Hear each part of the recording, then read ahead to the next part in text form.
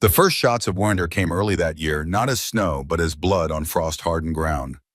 Caleb Cal Harlan tracked the droplets through the Montana Forest Winchester rifle cradled in arms that had once carried wounded men from Gettysburg's killing fields. 17 years since the war, but some instincts never died. The blood trail was fresh, too much of it splashed carelessly between pine shadows. Not from any deer or elk, human blood. Cal knew the difference. He followed it to a clearing where an overturned wagon lay like a wounded animal. One horse dead in its traces, the other gone. The driver sprawled face down in the dirt, his skull a ruin of bone and brain matter. Cal had seen enough battlefields to recognize a man beyond saving, but he still pressed fingers against the driver's neck, finding only the cooling stillness of death. Movement caught his eye. A second man half hidden beneath the wagon's torn canvas chest, heaving with shallow breaths. Blood bloomed across his shirt like spilled wine. "Hold on," Cal murmured, kneeling beside him. "I'll get you help." The man, middle-aged, wearing a minister's collar, now stained crimson, clutched Cal's sleeve with surprising strength. His lips moved, voice barely a whisper. "The boy." "What boy?" Cal glanced around the clearing. "Hidden." The minister pointed weakly toward the wagon's cargo bed. "Save him. Thornton will kill him." "Who's Thornton?" But the minister's eyes had already glazed over, his final breath escaping in a rattle that Cal recognized all too well. Cal approached the wagon cautiously, rifle ready. The cargo bed was filled with crates and trunks, many broken open in what appeared to be a hasty search. He almost missed it, a small wooden box with air holes drilled in its sides, tucked beneath the driver's seat. Inside, curled into himself like a frightened animal, was a boy no older than 7. Dark hair matted to his head, clothes too thin for the Montana autumn. When Cal reached for him, the child flinched violently. "I won't hurt you, son," Cal said softly, using the same voice he'd once used to calm spooked horses. "I'm here to help." The boy's eyes were wide with terror, but something else lurked there too, a wariness that no child should possess. The look of someone who'd learned that kindness often came with a price. "Are you hurt?" Cal asked. The boy shook his head, once quick and uncertain. "What's your name?" A long silence, then Micah. "All right, Micah, I'm Cal Harlan. Those men who did this, are they coming back?" Another head shake, this one more confident. "Good, my cabin's not far. My wife Ruth can help you." Cal offered his hand. "Can you walk?" Micah stared at the outstretched hand like it might be a trap. Finally, with trembling fingers, he took it and crawled from his hiding place. As they left the clearing, Cal noticed something clutched in the boy's other hand, a crumpled piece of paper and what looked like a military badge. Questions could wait. The temperature was dropping fast, and the child was already shivering violently. "Not much farther," Cal promised, shrugging off his coat and wrapping it around Micah's thin shoulders. It swallowed him whole, but the boy clutched it gratefully. The Harlan cabin appeared through the trees, a sturdy 2-room structure Cal had built with his own hands after the war. Smoke curled from the chimney, promising warmth within. Ruth would be preparing supper, unaware that their lives were about to change forever. Ruth Harlan wiped blood from her hands, watching it swirl pink in the basin water. Not the first time, she thought grimly.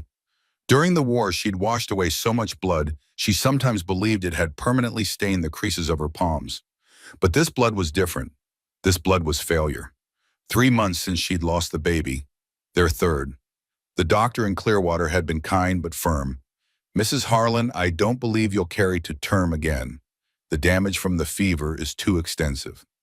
She'd nodded stoically, accepting his verdict, while Cal stared out the window, jaw clenched so tight she feared his teeth might crack.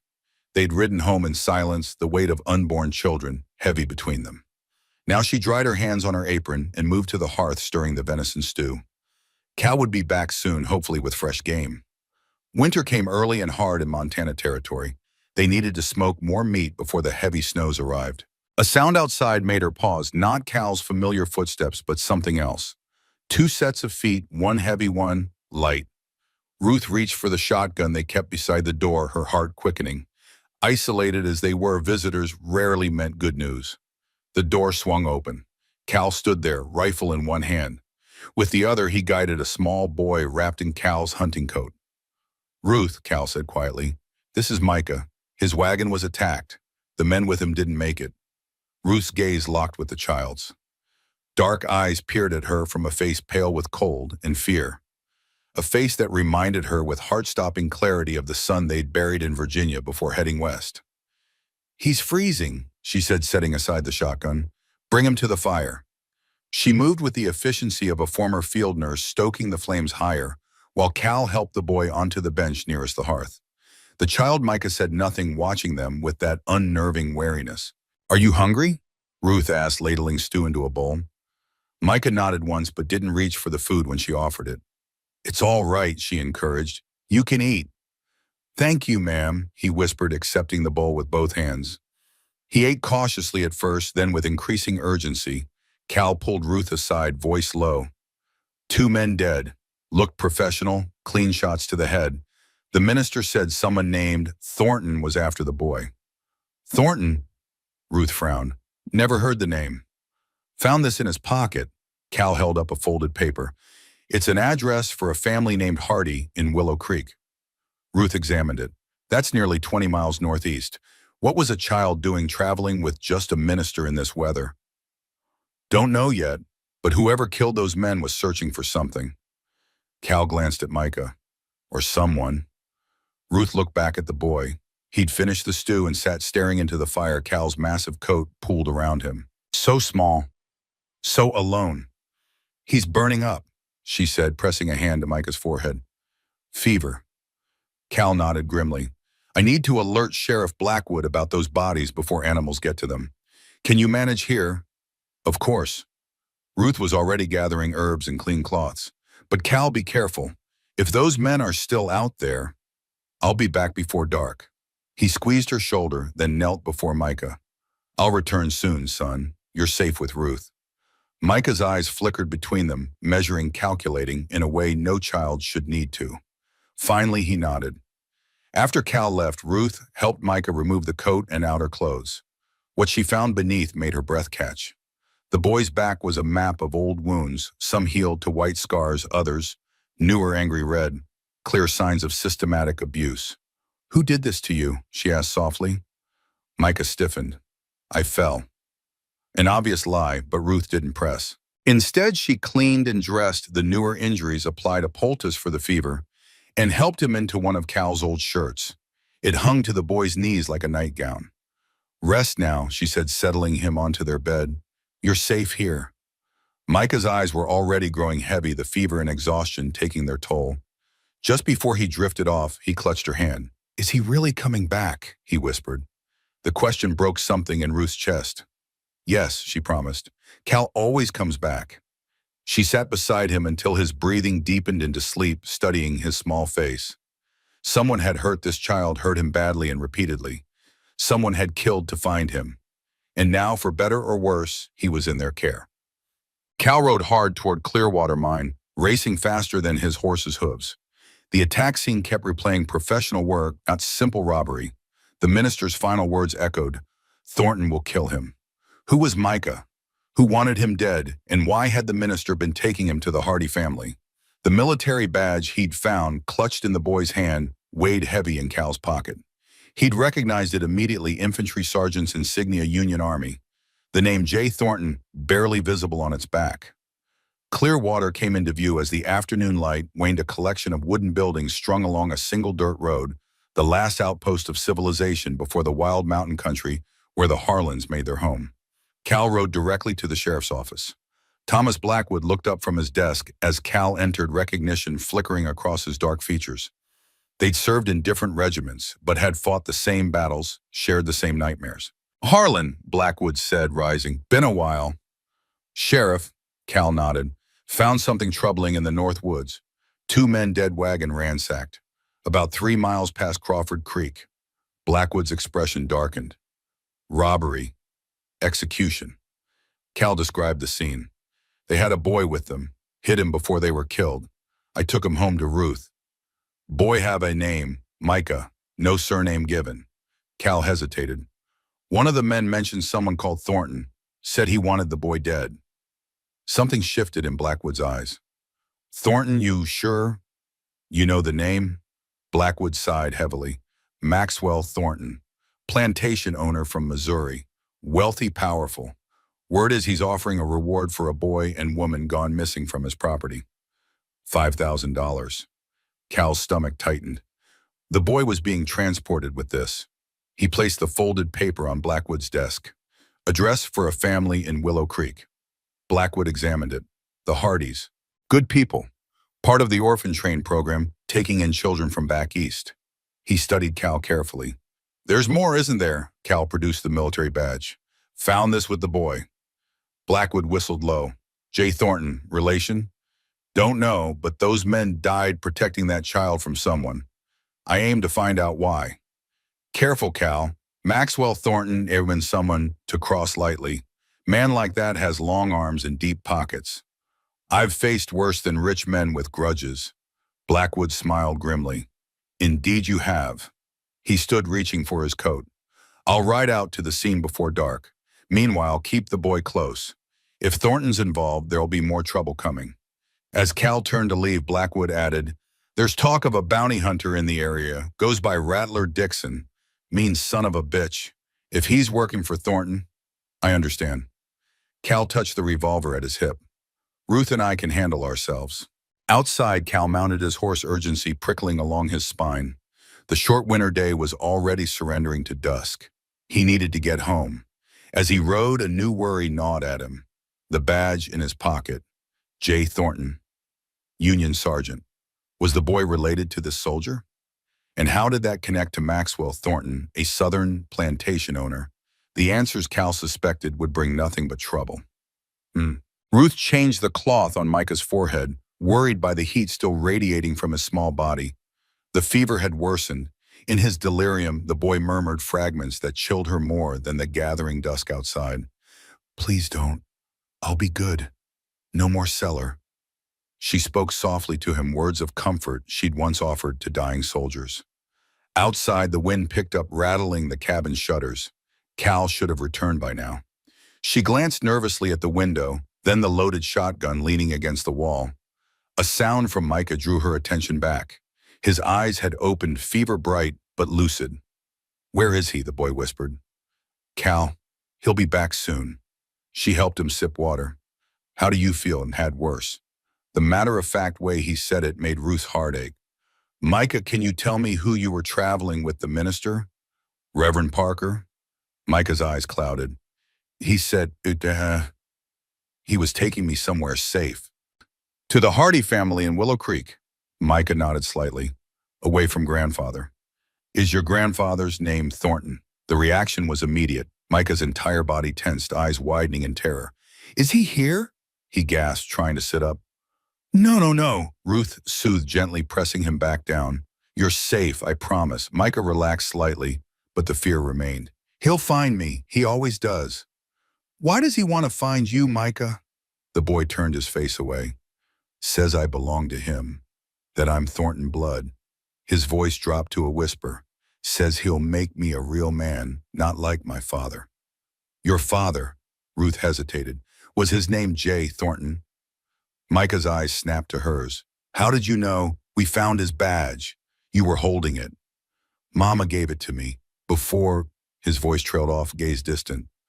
Before what, Micah? Before the fire. A sound outside interrupted them, hoofbeats approaching fast. Ruth grabbed the shotgun, moving to the window. Relief flooded her when she recognized Cal's silhouette in the gathering darkness. It's Cal, she told Micah, just as I promised. But as she watched Cal dismount and secure his horse, movement at the edge of the clearing caught her eye. 3 shadows detached from the tree line, advancing toward the cabin. Men on horseback. Cal, she called in warning, raising the shotgun. Cal spun, rifle already in hand. The lead rider raised his hands, indicating they meant no harm, but kept advancing. Ruth's finger tightened on the trigger. Beside her, Micah whimpered softly. They've found me. Cal watched the 3 riders approach, keeping his rifle ready, but not aimed. The lead man was lanky face shadowed beneath a wide-brimmed hat. He stopped 20 paces away, horses snorting clouds in the cold air. Evening, the man called. Name's James Dixon, looking for a boy. Cal's jaw tightened. Dixon, the bounty hunter Blackwood had mentioned. No children here, Cal replied evenly. Just me and my wife. Dixon's smile was cold as the gathering night. Now that's not what I heard. Word is you found a boy out by Crawford Creek. Orphan, maybe dark hair, about 7 years old. You're mistaken.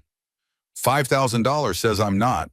Dixon's smile widened. That's what Maxwell Thornton's paying for his grandson's safe return. Grandson Cal's surprise was genuine. Boy's mother kidnapped him, stole him from his rightful family. Dixon gestured to the cabin. All I want is the boy. You'll be well compensated for your trouble. There's no boy here, Cal repeated. And you're trespassing on my property. Dixon's friendly demeanor hardened. Don't be foolish, Harlan. Maxwell Thornton owns half of Missouri. Men who cross him tend to have unfortunate accidents. This isn't Missouri. Cal raised his rifle slightly, and I don't respond well to threats. For a tense moment, Dixon seemed to consider his options. Finally, he shrugged. Have it your way, but I'll be back with the sheriff in proper authority. He turned his horse. Thornton doesn't give up what's his. Remember that. Cal watched them ride into the darkness before hurrying inside. Ruth stood by the window, shotgun still trained on the door. Near the bed, Micah had wedged himself into the corner, eyes wide with terror. They're gone, Cal assured them. For now. Ruth lowered the gun. That was Dixon, the bounty hunter Blackwood mentioned. Cal nodded grimly. Says he's working for Maxwell Thornton. Claims Micah is his grandson. He is. Micah's small voice drew their attention. Grandfather Maxwell, he hurts people. Cal approached, slowly crouching to meet the boy's eyes. Micah, I need you to tell us everything. Who is your mother? Why were you with Reverend Parker? Micah hesitated, gaze darting between Cal and Ruth. Finally, something in their expressions seemed to convince him. My mother was Eliza Thornton. My father was James Thornton, no relation to grandfather. His voice grew stronger as he continued. Father was a soldier. He died before I was born. Grandfather never liked him, said he wasn't good enough for a Thornton. And your mother, Ruth asked gently. She married father against grandfather's wishes. When father died, grandfather said she had to come home. Micah's eyes filled with tears. He was cruel to her, to me. Said I needed discipline. The way he said discipline made Cal's blood run cold. 2 months ago, Mama overheard grandfather talking about sending me to a military school back east, a place that breaks willful boys. Micah shuddered. That night she woke me. We ran, made it to St. Louis, then a riverboat north. But she's not with you now, Ruth observed softly. Micah's face crumpled. Men found us in Council Bluffs, grandfather's men. There was a fire at the boarding house. Mama, she hid me in a trunk, told me not to make a sound no matter what. A single tear tracked down his cheek. I never saw her again. Cal and Ruth exchanged pained glances. The boy had lost everything, father, mother, and now faced a grandfather who viewed him as property to be claimed. Reverend Parker found me, Micah continued. Said he knew my father from the war. He was taking me to the Hardy's people who would keep me safe from grandfather. And now Parker's dead too, Cal said quietly. Micah nodded, face etched with guilt beyond his years. Ruth moved to the boy's side, gently drawing him away from the corner. None of this is your fault, Micah. None of it. Cal stood, decision made. Dixon will be back, probably with reinforcements. We need to decide what to do. Ruth looked up, something fierce in her expression. We protect him, of course. Ruth, you know what that means. Maxwell Thornton sounds powerful enough to make our lives very difficult. I don't care, her voice was steel. I've seen what discipline did to this child's body. I won't send him back to that. Cal studied his wife, the woman who'd followed him from battlefield to battlefield, who'd held dying men's hands and written letters to their mothers, who'd buried their own child and carried that wound across a continent. If anyone understood what it meant to protect the vulnerable, it was Ruth Harlan. His gaze shifted to Micah, huddled against Ruth's side. A boy who'd lost everything but still clutched his father's badge like a talisman. Who'd survived beatings and fire in pursuit only to wind up in their remote cabin by cruel chance or divine intervention. Cal had seen too much death in his 38 years, had caused too much of it himself. Perhaps this protecting this one child was a chance to balance those scales. All right, he said finally, we protect him, but it won't be easy. Ruth's expression softened with relief. Nothing worthwhile ever is. Micah looked between them, confusion and fragile hope warring on his small face. You're keeping me, Cal knelt again, meeting the boy's eyes. I've seen too many children die in my lifetime, Micah. I won't let you be another. Not while I have breath in my body. It was a promise Cal knew might cost him everything. But looking at Micah's face, seeing the first spark of real hope there, he couldn't bring himself to regret it. Outside, snow began to fall, blanketing the world in silence. The first real storm of winter had arrived just as a different kind of storm gathered on their horizon. Cal spent the night reinforcing the cabin's defenses. He moved the heavy oak table against the door, boarded the smaller windows, and positioned their weapons for quick access. Ruth watched him work, her hands busy preparing extra bandages and medicines, preparing for a siege neither had anticipated when they'd chosen this remote homestead. "Do you think Dixon will come back tonight?" she asked, voice low to avoid waking Micah, who had finally succumbed to exhaustion in their bed. Cal shook his head. "Not in this snow, but tomorrow almost certainly. With the sheriff? Maybe, though I doubt Blackwood will side with him." Cal paused his work, studying his wife's face in the lamplight. "Ruth, are you certain about this? Once we commit, there's no turning back." Ruth's hands stilled. "I've seen what was done to that boy, Cal. The scars, the fear in his eyes. Would you really consider sending him back?" "No." The answer came without hesitation. "But I need to know you understand what we're facing. Maxwell Thornton sounds like a powerful enemy. We've faced worse." They had, Cal knew. The war had taught them both what human beings were capable of, both the cruelty and the courage. They'd survived battlefield's disease and the long journey west. They'd buried a son and 3 unborn children. They'd carved this life from wilderness with nothing but determination in each other. "Get some rest," he told her. "I'll take first watch." Ruth touched his face gently. "Wake me in 4 hours. You need sleep too." After she'd gone to lie beside Micah, Cal took his position by the window, rifle across his lap.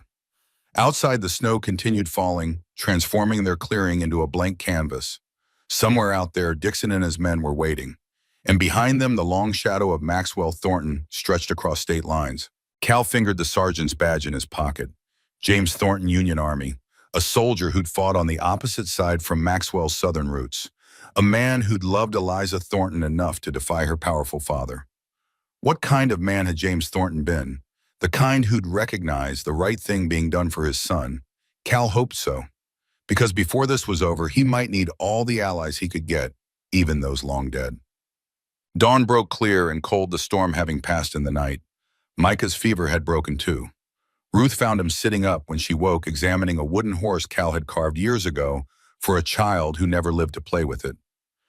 "That was to be our son's," she said softly. Micah immediately set it down. "I'm sorry." "No, it's all right." Ruth sat beside him. "He would have been about your age now." The boy studied her face. "What happened to him?" "Scarlet fever. He was 3. Ruth stroked Micah's dark hair, so similar to what their David's might have been. "How are you feeling?" "Better." Micah glanced toward the main room where Cal was stoking the fire. "Is Mr. Harlan angry?" "Angry? Why would he be?" "Because I brought trouble." Ruth's heart ached at the matter-of-fact way he said it. "No, Micah, he's not angry at you. None of this is your fault." Cal appeared in the doorway carrying a steaming bowl. "Breakfast," he announced. "You need to eat. We have a busy day ahead." As Micah ate, Cal outlined his plan. "I've been thinking about your situation. The Hardy family in Willow Creek, they were expecting you. Reverend Parker must have arranged it. They might be able to help us understand what we're dealing with." "You want to take me there?" Micah asked, tension evident in his small frame. "No, too dangerous to move you with Dixon around. I'll go alone." Ruth frowned. "I don't like us separating." "Neither do I, but we need allies' information." Cal turned to Micah. "In the meantime, I'm going to teach you some things. How to shoot, how to hide if strangers come, where to run if the cabin isn't safe." Instead of fear, Micah's face showed only solemn acceptance. "Yes, sir." After breakfast, Cal took Micah outside to the small barn that housed their horse and supplies. The fresh snow crunched beneath their boots. "First rule," Cal said, checking that Ruth was out of earshot. "If trouble comes and I tell you to run, you run. Don't argue. Don't wait. You head for that ridge. He pointed to a rocky outcropping visible above the tree line. There's a cave there, small entrance, easy to defend. Stock of emergency supplies inside, Moyam. Micah nodded, committing the landmark to memory. Second rule, if we get separated, you stay hidden. No heroics. Cal's voice softened.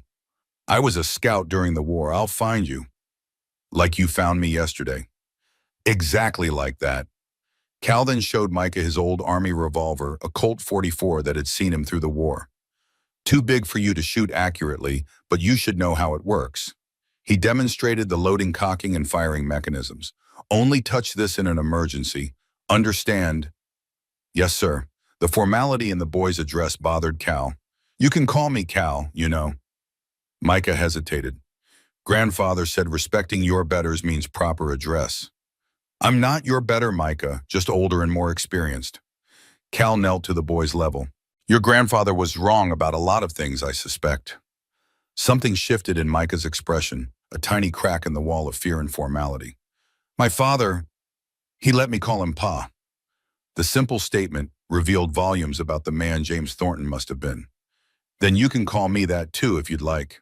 Or Cal, whatever feels right. They spent the morning securing the property, Cal teaching Micah which sounds were normal and which meant danger, where to hide if strangers approached, how to move quietly through snow. The boy proved a quick study, his inherent wariness transforming into a focused alertness that reminded Cal of new recruits who'd survived their first battle, scared but determined. By midday, Ruth called them in for food.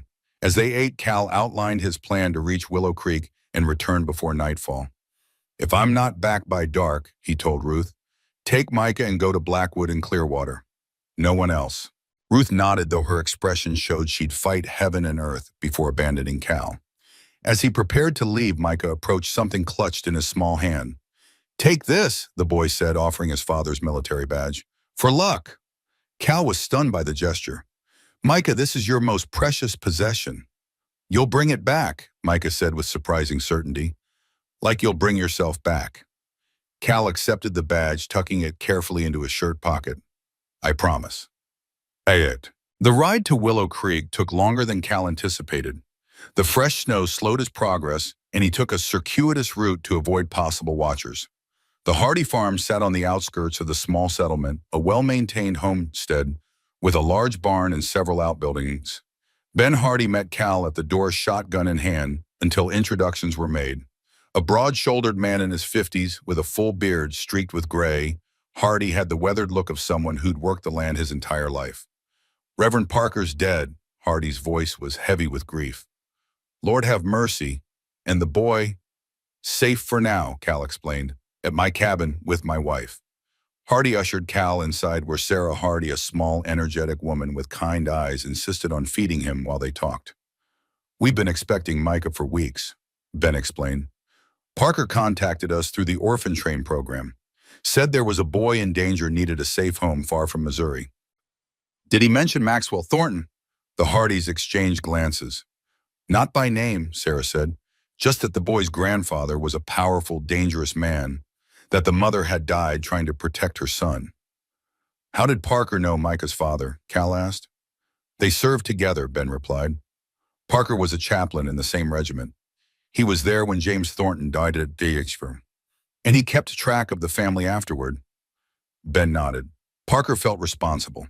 James had no family except his wife, a Southern girl who'd defied her father to marry a Northern soldier. When James died, Parker tried to help them, but Eliza was too proud to accept charity. Until she needed to escape with her son, Cal surmised. Exactly, Parker had been working with the orphan train for years. When Eliza contacted him about Maxwell's plans for Micah, he arranged everything. Sarah leaned forward. Mr. Harlan, what do you intend to do with the boy? Protect him, Cal said simply. My wife and I, we've lost children of our own. We can't send Micah back to a man who'd abuse him. The Hardys again exchanged looks, some unspoken communication passing between them. Then we'll help however we can, Ben decided. The boy was meant to come to us, but perhaps God had other plans. If you and your wife are willing to take him in, we won't contest it. Thank you, Cal said, relief evident in his voice. But there's a bounty hunter named Dixon looking for Micah, claims to have legal authority. Ben's expression darkened. James Dixon, Rattler they call him, has a reputation for finding people who don't want to be found, and not being particular about their condition when he returns them. He mentioned having legal authority. Possible. Thornton has connections. He could have obtained guardianship papers, especially if Eliza is confirmed dead. What about local law? Would it recognize Thornton's claim? Ben frowned up. Depends on the judge. Monroe and Clearwater might. He's been known to rule favorably for those with deep pockets. And Blackwood. Sheriff Blackwood's a good man, honest, but he enforces the law as written, and if Dixon has legal papers. Cal understood the implication. Even good men were bound by laws, and those laws could be manipulated by men with power and money. There's something else you should know, Sarah added hesitantly. Last month, a man came through asking questions about the orphan train program, specifically about children coming from Missouri. Thornton's man, Cal guessed. Most likely. We didn't tell him anything, but he seemed to know Parker was involved, which explained how Dixon had found the wagon so quickly. Maxwell Thornton was casting a wide net, and it was closing around Micah with frightening speed. Cal stood sensing time growing short. I need to get back before dark. Ben walked him to the door. We'll pray for you and the boy. And if you need a place to bring him a more defensible position, our door is open. I appreciate that. Cal mounted his horse. One more question. Do you know if Reverend Parker kept records, letters from Eliza perhaps? He was meticulous about documentation. Said it was important for the children to have proof of their origins someday. Ben frowned. Though if such papers existed, they were likely in his wagon. Or taken by Dixon's men, Cal thought grimly. Another reason to get back to the cabin as quickly as possible. Ruth watched Micah exploring the cabin's main room, his initial wariness giving way to cautious curiosity. He examined Cal's woodworking tools with particular interest, running small fingers over the planes and chisels.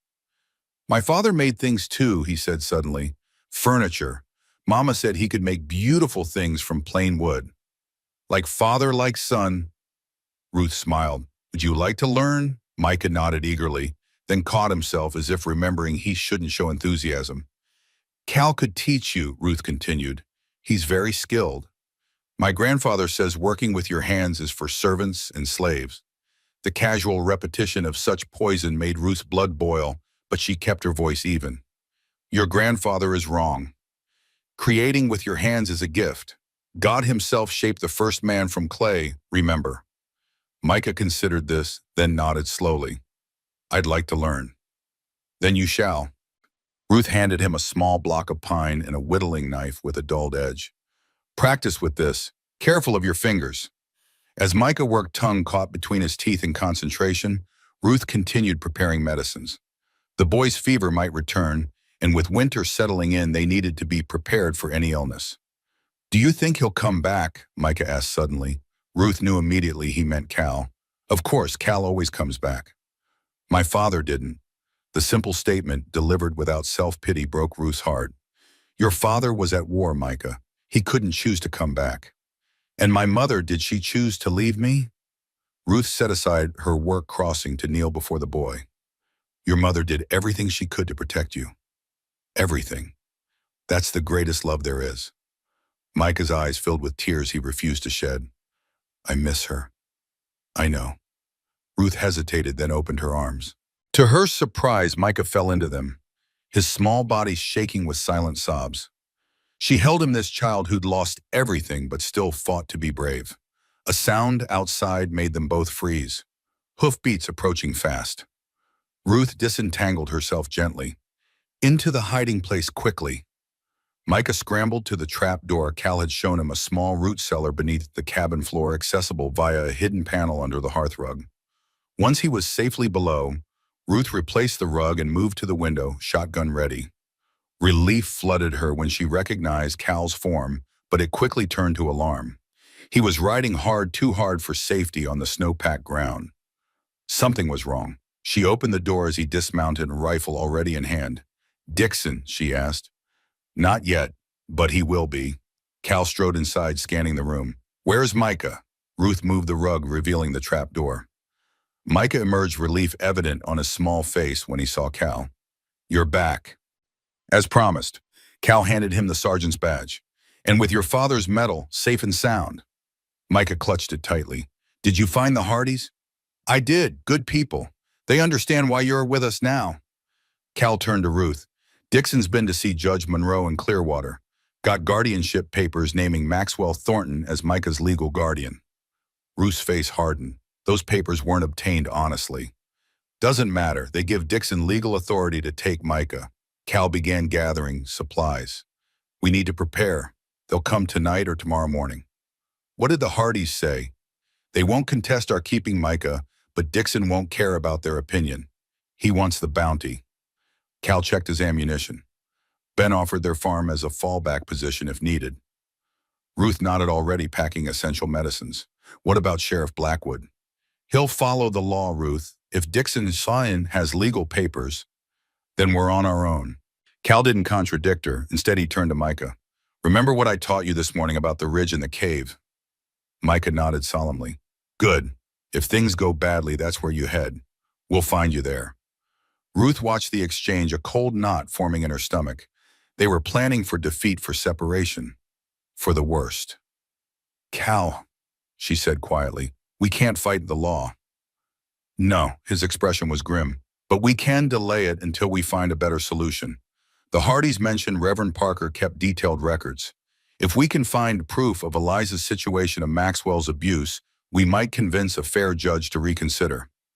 And if we can't, Cal had no answer for that. Instead, he continued preparations, checking sight lines from windows, positioning weapons, planning escape routes.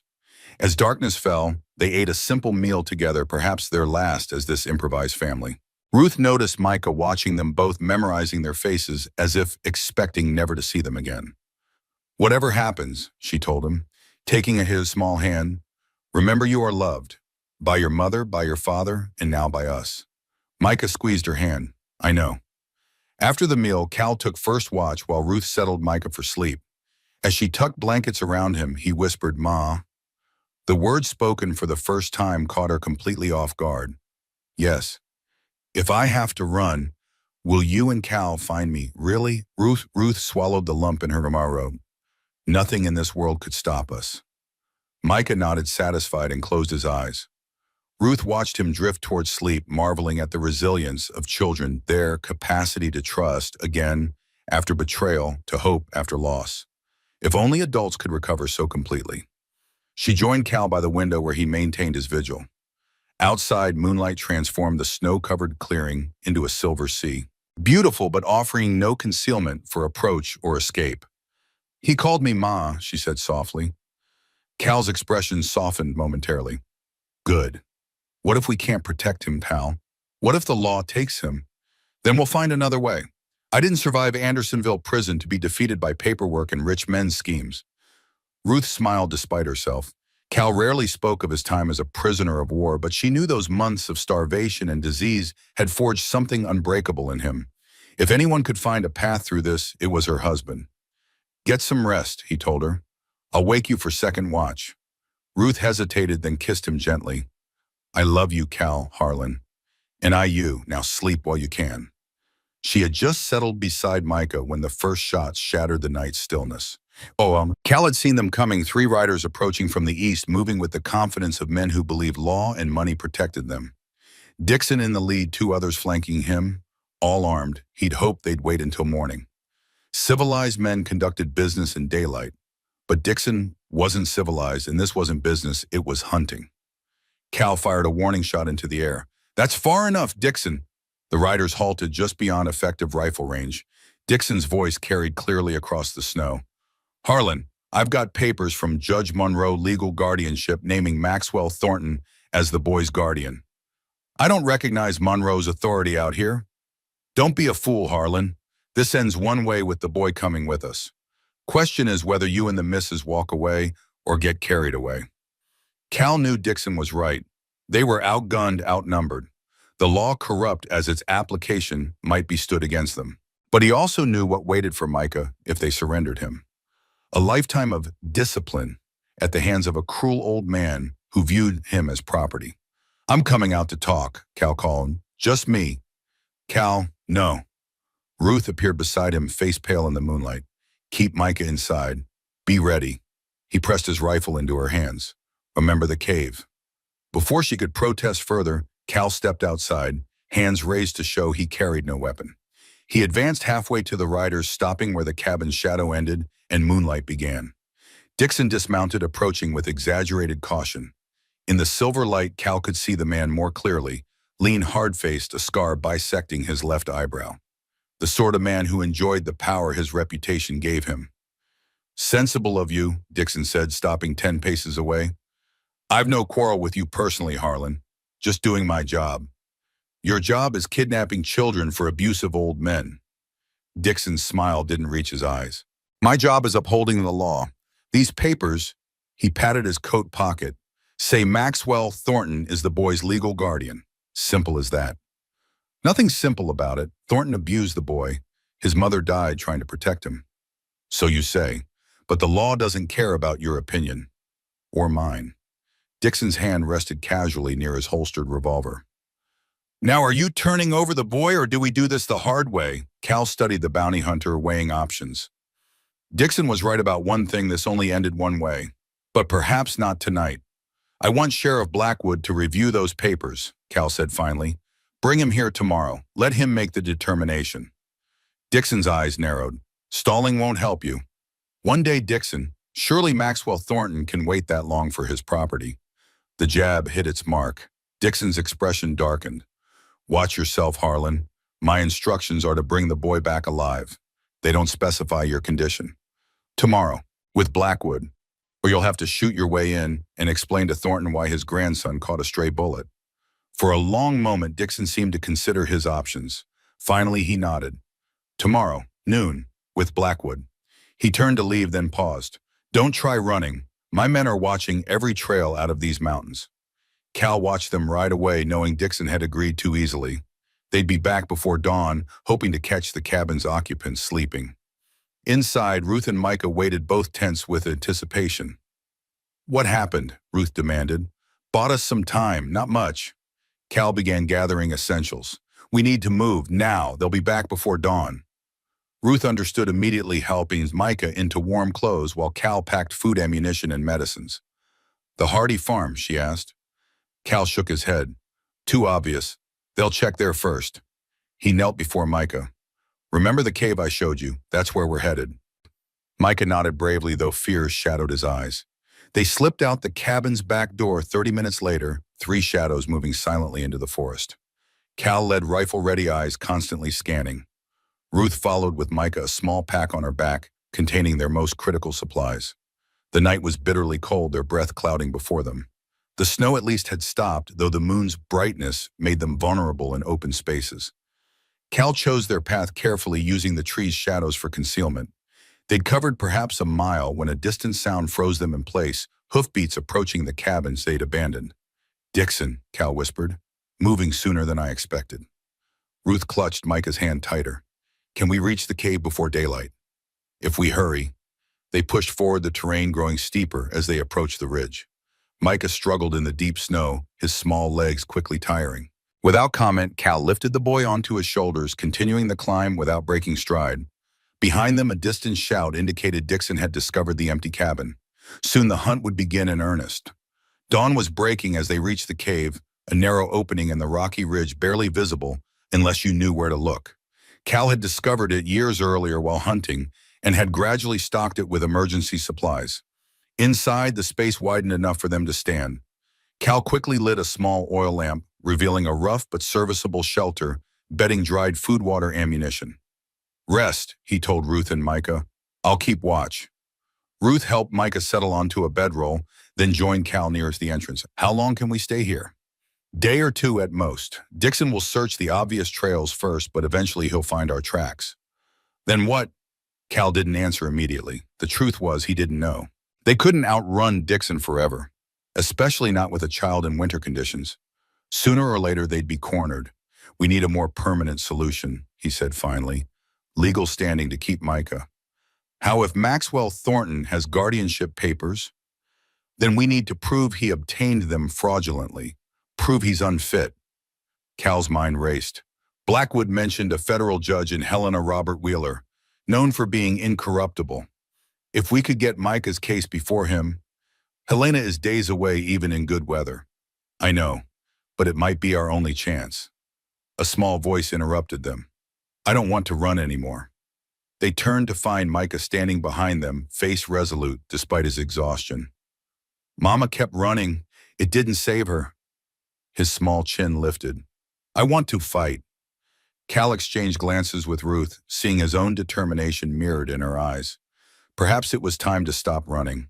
Time to make a stand not just for Micah, but for all the invisible boundaries that separated justice from law, right from might, love from possession. All right, Cal said, crouching to Micah's level. Then we fight. Together. Outside, the sun crested the eastern mountains, painting the snow-covered valley in gold. Somewhere down there, Dixon and his men were searching, following a trail that would eventually lead to this cave. When they arrived, they find not frightened fugitives, but a family prepared to stand their ground. The first real battle for Micah's future was about to begin. Sheriff Thomas Blackwood knew something was wrong the moment he entered his office and found James Dixon waiting, boots propped on his desk like he owned it. Make yourself at home, Blackwood said dryly, closing the door against the morning chill. Dixon's smile didn't reach his eyes. Found your friends the Harlans last night. Seems they've taken a shine to Maxwell Thornton's grandson. That's so. Blackwood hung his coat, keeping his expression neutral. Funny, I recall Cal bringing in news about a murdered minister and an orphaned boy. No mention of Thornton. Situations evolved. Dixon produced a folded document. Judge Monroe signing these yesterday. Legal guardianship papers naming Maxwell Thornton as the boy's guardian. I'm authorized to retrieve the child. Blackwood examined the papers with deliberate slowness, recognizing Monroe's signature and seal. The judge was known for his flexible ethics when sufficient money crossed his palm. Papers look in order, he admitted reluctantly. Though I'm curious why a Missouri plantation owner needs a Montana judge to sign his guardianship papers. Convenience. Boys here after all. Blackwood returned the papers. And the Harlans, they just handed over the child. Dixon's expression soured. They ran, abandoned their cabin during the night. Can't say I'm surprised. Cal Harlan's not one to surrender easily, which is why I'm here. Dixon leaned forward. I need deputies to help track them. These mountains are your jurisdiction. Blackwood's jaw tightened. He'd known Cal Harlan since the war, had seen the man endure horrors that would break most souls. If Cal was protecting this boy, he had good reason. I enforce the law, Dixon, but I don't lend my men to bounty hunters. You want to serve those papers, do it yourself. This isn't a request, Sheriff. Judge Monroe specifically instructed. Judge Monroe's authority ends at the county line, and I answer to the people of this territory, not some backwater judge with his hand out. Blackwood moved to the door. Now, unless you're reporting a crime, I've got actual work to do. Dixon stood slowly, a dangerous glint in his eye. You're making a mistake. Maxwell Thornton doesn't forget those who stand in his way. Add my name to the list. Blackwood held the door. Good day, Mr. Dixon. After Dixon left, Blackwood sank into his chair, troubled. Cal and Ruth were in serious danger. Dixon wasn't the type to give up, and those papers, however dubiously obtained, gave him legal standing. Blackwood considered his options. His oath bound him to uphold the law, but his conscience demanded protecting the innocent. He'd walked this line before during the war and in the years after when former slaves needed quiet assistance northward. He reached for paper and pen. Cal would head for high ground defensible terrain. The ridge caves, most likely. Blackwood began writing a plan forming. Sometimes the law needed a gentle nudge toward justice. The cave provided shelter, but little comfort. Cold seeped through the stone walls, and the small fire Cal dared risk did little against the mountain chill. Ruth kept Micah close, sharing body heat beneath every blanket they'd brought. Cal maintained watch from the narrow entrance rifle across his knees. From this vantage, he could see the valley below, including the distant speck of their cabin. No movement there since dawn. Dixon was being cautious, likely believing they'd fled toward Clearwater or Willow Creek. How much longer do we wait? Ruth asked softly, joining him at the entrance. Until nightfall, then we move. Where? Cal hesitated. There's a hunting cabin beyond the northern ridge. Trapper I knew built it years ago died last winter. Remote, well hidden. We can shelter there while I make contact with Blackwood. You trust him that much.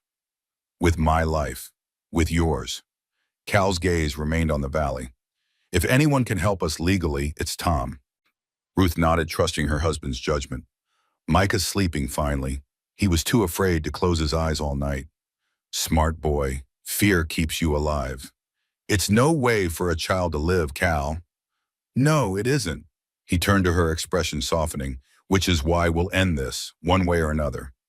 Before Ruth could respond, movement caught Cal's eye, a lone figure on horseback emerging from the tree line near their cabin. Not Dixon or his men. The rider moved with too much confidence, taking no precautions despite the open terrain. Cal raised his field glasses, focusing. It's Blackwood. Here, how did he know? He didn't. He's making a show of investigating our cabin, letting himself be seen. Cal watched as Blackwood dismounted, made a deliberate circuit of the cabin, then rode directly east away from their actual location. He's drawing Dixon off, or leading him right to us. No, Cal was certain. Tom's creating a false trail. They watched until Blackwood disappeared from view, heading toward Willow Creek. Shortly after, three riders emerged from different positions around the cabin, Dixon and his men following Blackwood's trail. That buys us time, Cal said, relief evident in his voice. We'll move at dusk. Ruth returned to Micah, leaving Cal to his vigil. The boy slept fitfully, occasional murmurs revealing dreams far from peaceful.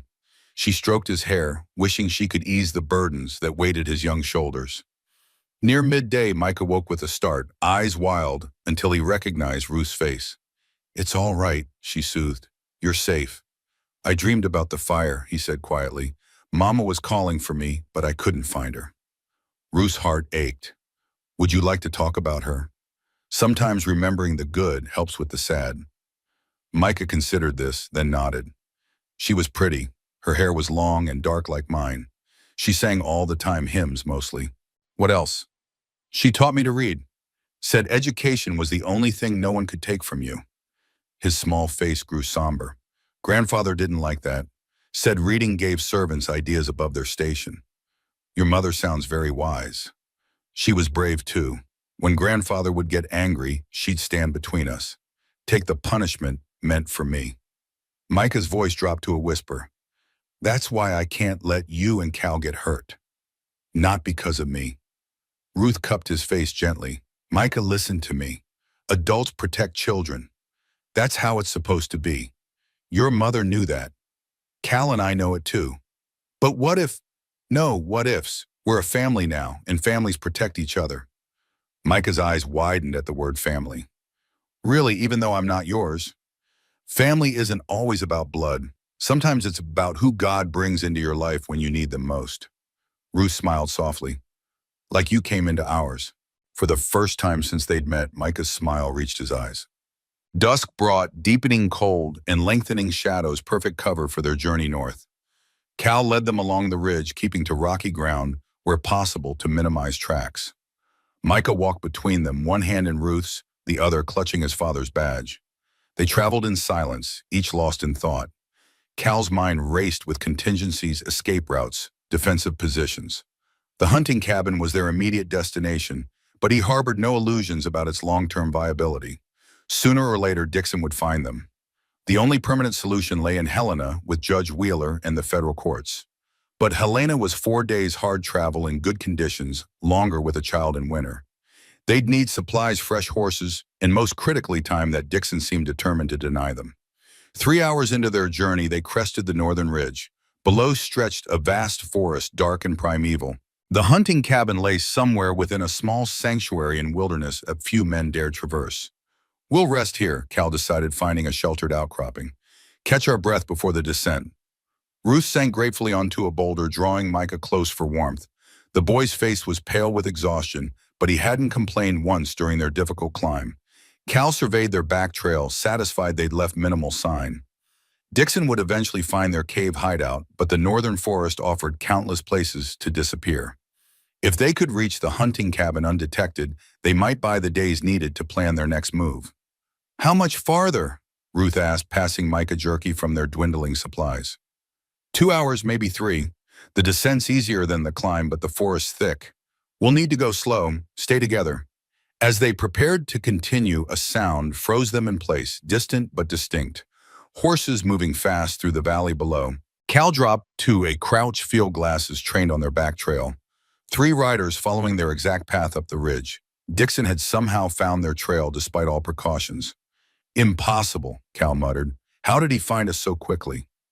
The answer came with the fourth rider emerging from the trees behind Dixon's group. Even at this distance, Cal recognized the buckskin coat and distinctive gray horse. Blackwood? Ruth asked, reading his expression. Yes, but not helping us. Cal's jaw tightened, leading them straight to us. I don't understand. You said he was creating a false trail. I was wrong. Cal's voice was flat. Tom sided with the law. The betrayal stung more than Cal expected. He and Blackwood had saved each other's lives more than once. But the sheriff's badge carried obligations that sometimes outweighed friendship. We need to move. Now. Cal shouldered their pack. Change of plans. We head east toward the territorial border. Wyoming. Ruth's expression showed concern. That's at least 5 days' travel. Dixon's papers are for Montana territory. Once we cross into Wyoming, he'll just get new papers, Ruth finished. Cal, we can't outrun the law forever. We don't need forever, just long enough to reach Judge Wheeler and Helena. Cal helped Micah to his feet. If we can get Micah's case before a federal judge proved Maxwell's abuse, Eliza's justified flight, we have a chance. Ruth nodded, understanding the strategy, if not entirely believing in it. East it is. They descended the ridge's eastern slope, moving as quickly as safety allowed. The terrain was treacherous, loose rock giving way to steep drop-offs. Several times, Cal had to carry Micah across particularly dangerous stretches. Behind them, Dixon's party continued their relentless approach, gaining ground with every passing minute. Cal estimated they had perhaps an hour's lead, not enough to reach the border, but possibly enough to find a defensible position before confrontation became inevitable. Near midnight, with the temperature dropping dangerously, they reached a small stream cutting through a narrow valley. Cal called a halt, recognizing they couldn't continue without rest. We'll stop here, he decided. Make a cold camp. No fire. Ruth looked at Micah with concern. The boy was exhausted, his lips tinged blue with cold. He needs warmth, Cal. I know, but fire would be a beacon. Cal searched the area, finding a hollow beneath a fallen pine. Here, the ground's dry and the tree will block the wind. They crowded into the natural shelter, sharing body heat beneath their blankets. Micah, sandwiched between them, fell asleep almost immediately, his small body finally surrendering to exhaustion. What happens when they catch up? Ruth whispered over the sleeping child. Cal had been pondering the same question. I'll try to reason with Blackwood. If that fails, he left the thought unfinished. You won't surrender, Micah. No, even against Blackwood. Your friend, but Cal met her gaze in the darkness. Some lines can't be crossed, Ruth. Not even for friendship. She squeezed his hand, understanding all he didn't say. They might have to fight, might have to choose between submission to unjust law or violent resistance. Neither option offered comfort. Get some sleep, Cal told her. I'll take first watch. He settled at the entrance to their shelter, rifle across his knees. The night was clear stars like diamond chips in the black velvet sky. Somewhere behind them, Dixon and Blackwood continued their pursuit, following a trail that grew colder with each passing hour. Cal touched the sergeant's badge in his pocket, James Thornton's legacy to his son. What would Thornton want for Micah's safety, surely? Love. A childhood free from fear and discipline. Not a life as Maxwell Thornton's possession. Dawn found them moving again, following the stream eastward. Micah walked stronger after his rest, keeping pace without complaint. The boy had an endurance that surprised Cal, a resilience forged through hardship. By mid-morning, they reached a natural choke point where the stream cut through a narrow canyon. Steep walls rose on either side, offering limited approaches and excellent defensive positions. We'll make our stand here, Cal decided. Ruth looked dubious. Trapping ourselves in a canyon. We're not outrunning them, Ruth. Better to face them on ground of our choosing. Cal surveyed the canyon walls. I can hold this position while you and Micah continue east. No, Ruth's voice was firm. We stay together. Ruth. No, Cal, we've lost too much already. I won't lose you too. Before Cal could argue further, a voice echoed through the canyon, familiar, authoritative. Cal Harlan, Thomas Blackwood. I know you're there. Cal signaled it for Ruth and Micah to take cover behind a large boulder. He positioned himself at the canyon entrance, rifle ready, but not aimed. I'm here, Tom, he called back. Just you, no Dixon. A moment's silence then. Coming in alone, unarmed. Cal watched as Blackwood appeared at the canyon entrance, hands raised to show he carried no weapon. The sheriff approached slowly, stopping 10 paces away. You're a hard man to find, Cal. Not hard enough, apparently. Blackwood's dark face showed no emotion. Dixon's half a day behind me. I split off when I realized he was following your actual trail, not my false one.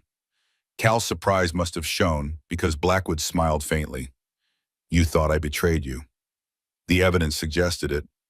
Evidence can be misleading. Blackwood glanced around. Ruth and the boy, safe for now. Cal lowered his rifle slightly. Why are you here, Tom? To warn you, and to help if you'll let me. Blackwood reached slowly into his coat, producing a folded paper. Dixon's papers are legitimate, Cal. Judge Monroe signed them. Maxwell Thornton is legally the boy's guardian. Based on lies and corruption. No doubt, but the law doesn't always care about justice. Blackwood handed Cal the paper. This is a map to Helena, not the main road a trapper's wrote. Harder travel, but Dixon won't know it. Cal examined the crude map, understanding dawning. You're helping us run. I'm helping you reach Judge Wheeler. He's honest, incorruptible.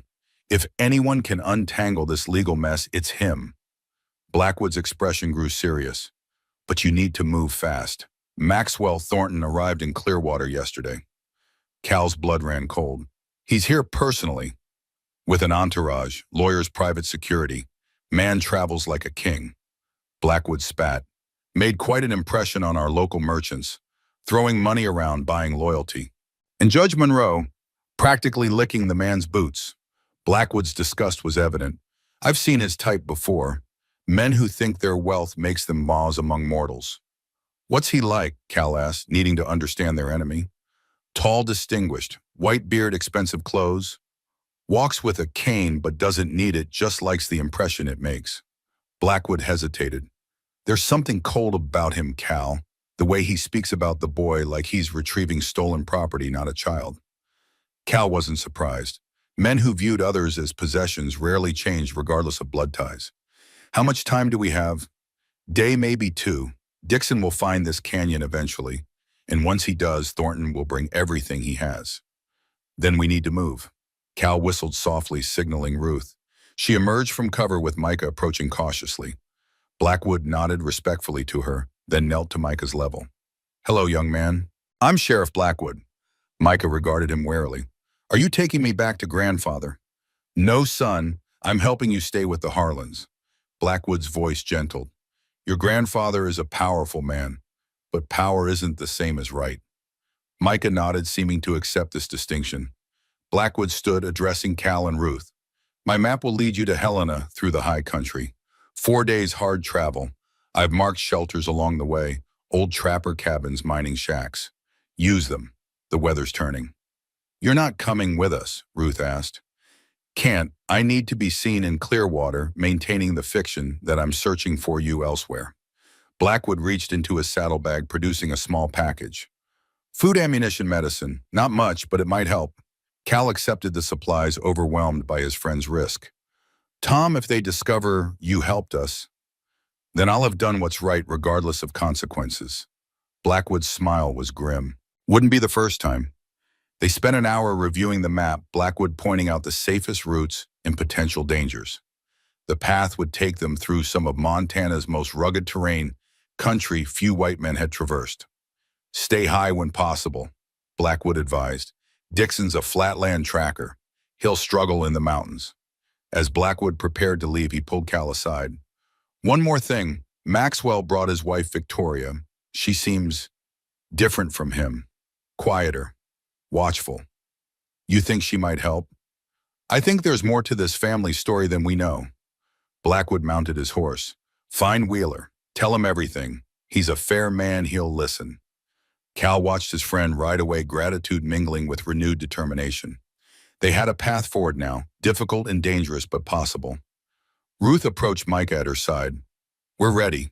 They set out immediately following Blackwood's map eastward into increasingly rugged terrain. The weather deteriorated as they climbed snow flurries, reducing visibility and covering their tracks, a blessing disguised as hardship. By nightfall, they reached the first shelter marked on Blackwood's map, a dilapidated prospector's cabin tucked into a sheltered draw. The roof leaked and the walls admitted drafts, but it offered concealment and the luxury of a small fire. As Ruth prepared a meager meal from their supplies, Cal studied the map, plotting the next day's journey. The route would take them through a high alpine pass before descending into a valley that led toward Helena. If the weather held, they might reach the territorial capital within 4 days. "What happens when we find Judge Wheeler?" Ruth asked, serving Micah a portion of their dwindling food. "We present our case. Micah's testimony, the evidence of abuse, Eliza's desperate measures to protect her son." Cal looked at Micah. "It won't be easy, especially for you. You'll have to tell your story again." Micah nodded solemnly. "I can do it, for Mama." "For yourself, too," Ruth added. "You deserve to be safe, to be happy." They ate in companionable silence, each lost in thought. Outside, the snow intensified, hissing against the cabin's weathered planks. Cal found himself grateful for the storm. It would further obscure their trail, buying precious to him. After the meal, Ruth settled Micah for sleep, tucking their blankets around him. The boy was asleep almost instantly, the day's exertions taking their toll. Cal took first watch, positioning himself near the cabin's single window. Through gaps in the shutters, he watched the snow, transforming the landscape into an alien white world, beautiful, deadly, indifferent to human struggles. "What are you thinking?" Ruth asked, joining him. "That we're asking a lot of a 7-year-old boy." Ruth followed his gaze to Micah's sleeping form. "He's stronger than he looks. He shouldn't have to be. No child should." "No," Ruth agreed softly. "But many are. The world isn't kind to children, Cal. You know that better than most." Cal did know. His own childhood had ended abruptly at 12 when his father died, leaving him responsible for a mother and 3 younger siblings. He'd worked mines fields, whatever paid enough to keep them fed. Had lied about his age to join the army when the war came, seeking the enlistment bonus that would support his family. "If we succeed, if Wheeler grants us guardianship, what then?" he asked. "Maxwell Thornton doesn't strike me as a man who accepts defeat gracefully." "Then we'll face that challenge too." Ruth's hand found his. "One battle at a time, soldier." Cal squeezed her hand, drawing strength from her unwavering resolve. Ruth had always been his true north, his moral compass when war and hardship threatened to corrupt his soul. "Get some rest," he told her. "Long day tomorrow." Ruth kissed him gently before joining Micah on the makeshift bed. Cal returned to his vigil, watching snow erase their existence from the mountainside. Maxwell Thornton was not accustomed to discomfort. The primitive conditions of Clearwater's only hotel offended his sensibilities, the mattress too hard, the food barely edible, the service abysmal. But such inconveniences were necessary when retrieving valuable property, and Micah was valuable property indeed. "Mr. Dixon has failed us," Maxwell observed, swirling brandy in a crystal glass he'd brought from Missouri. No establishment in this backwater could provide proper drinkware. 3 days and still no sign of the boy. James Peterson, his personal attorney, nodded respectfully. "Dixon is experienced, sir, but these mountains present challenges, and the Harlans appear more resourceful than anticipated." "Excuses." Maxwell's voice carried the soft drawl of old Southern money, each word precisely enunciated. "I pay for results, not justifications for failure." "Yes, sir." Peterson knew better than to argue. "Sheriff Blackwood departed this morning to join the search. His knowledge of the terrain may prove decisive." The Negro sheriff. Maxwell's lip curled slightly. "Another sign of civilization's decline. Law enforcement requires moral authority, Peterson. How can a former slave command respect?" Peterson wisely remained silent. Maxwell Thornton's views on race were well known and immutable, a relic of antebellum thinking that had survived the war and Reconstruction intact.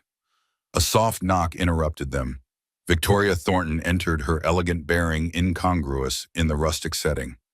At 62, she remained a handsome woman, her silver hair arranged in a tasteful coiffure, her traveling dress impeccably tailored. "Maxwell," she acknowledged her husband with a slight nod. "Mr. Peterson." "My dear." Maxwell's tone softened marginally. I thought you were resting. I've rested enough. Victoria settled into a chair back straight as a finishing school graduate. Any news of our grandson? Not yet, but it's only a matter of time. Victoria's expression revealed nothing. And when we find him, what then? Then we return home, of course. The boy will be enrolled in Hampton Academy as planned. Victoria's hands tightened imperceptibly in her lap. Hampton Academy, a military school notorious for its harsh methods and uncompromising discipline.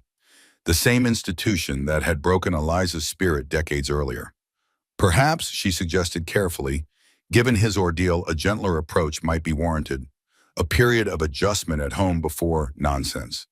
Maxwell dismissed the idea with a wave. The boy needs structured discipline. Eliza's coddling has already done considerable damage. Eliza is dead, Maxwell, Victoria said quietly. Our only child. A brief shadow crossed Maxwell's face, not grief, but irritation at the reminder. A tragedy she brought upon herself through poor choices, beginning with that common soldier she insisted on marrying. James Thornton was a decorated war hero. He was a carpenter's son playing at respectability. Maxwell's voice hardened, and now his bloodline threatens to corrupt our family name. Victoria fell silent, recognizing the futility of argument. For 40 years, she had navigated her husband's rigid worldview, finding small victories where possible and accepting defeat when necessary. Micah was one battle she could not afford to lose. I've invited Judge Monroe to dine with us this evening. Maxwell continued, oblivious to her thoughts. A provincial man, but useful. His continued cooperation may prove valuable. Of course, Victoria rose gracefully. I shall change for dinner. Alone in her room, Victoria removed a small leather-bound book from her valise, Eliza's journal, rescued from Maxwell's purge of their daughter's possessions after news of her death reached Missouri. Within its pages lay the true story of Eliza's flight, her desperate attempt to save Micah from Maxwell's education. Victoria had failed her daughter, acquiescing to Maxwell's control rather than challenging his authority. She would not fail her grandson.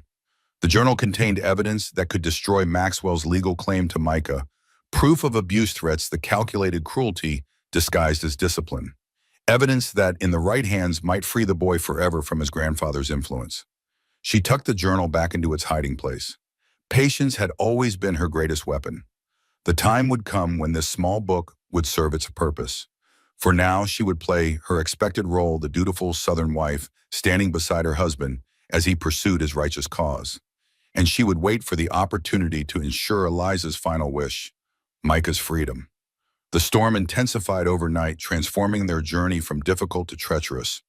Cal led them along ridgelines, where possible, following Blackwood's map through terrain that grew increasingly unfamiliar. The temperature plummeted, wind cutting through their inadequate clothing like knives. By midday, Micah was struggling. Though he never complained, his pace slowed, his small body fighting against exhaustion and cold. Ruth carried him when possible, but the steep terrain demanded all her strength just to maintain her own footing. We need shelter, she finally said, her breath clouding before her. He can't continue like this. Cal consulted the map, squinting against the driving snow. There's a mining cabin marked 2 miles ahead. If we push hard, we can reach it before dark. And if we can't, Cal didn't answer. They both knew what failure meant in these conditions. Death came quickly to the unprepared in Montana winters, a cold sleep from which there was no waking. They pressed on, Cal breaking trail through deepening snow, Ruth keeping Micah between them. The boy moved mechanically now, one foot before the other, his face a mask of determination beyond his years. Near dusk, when hope began to falter, they spotted it, a crude cabin nestled against a cliff face, almost invisible beneath its blanket of snow. Not the mining shelter marked on Blackwood's map, but salvation nonetheless. Thank God, Ruth breathed, gathering her last reserves of strength. The cabin was long abandoned, its roof partially collapsed, but the remaining structure offered protection from the relentless wind. Cal cleared snow from the entrance, ushering Ruth and Micah inside while he gathered wood for a fire. Within the hour, a small blaze illuminated the cabin's interior. Not much, a single room with a collapsed bunk, a rusted stove debris scattered across the floor, but it was shelter. Ruth helped Micah out of his snow-crusted clothes, wrapping him in their driest blanket. The boy's lips were blue, his small body shivering uncontrollably. Cal, she called, concern evident in her voice. Cal abandoned his task of securing the door and moved quickly to her side. One look at Micah confirmed his fears, the early stages of hypothermia. We need to warm him slowly, he said, stripping off his own coat. Body heat is best. Ruth nodded, already removing her outer layers. They positioned themselves on either side of Micah, creating a cocoon of shared warmth. Gradually, the boy's shivering subsided, color returning to his pale face. I'm sorry, Micah whispered, for slowing us down. You have nothing to apologize for, Ruth assured him. You've been braver than most grown men I know. Cal rose to add wood to their fire, studying Blackwood's map in the flickering light. Their detour to this cabin had taken them off course, not dramatically, but enough to add precious hours to their journey. Hours they couldn't afford to lose with Dixon pursuing and the weather deteriorating. How far to Helena? Ruth asked, reading his thoughts. 3 days, maybe 4 in these conditions. Cal folded the map.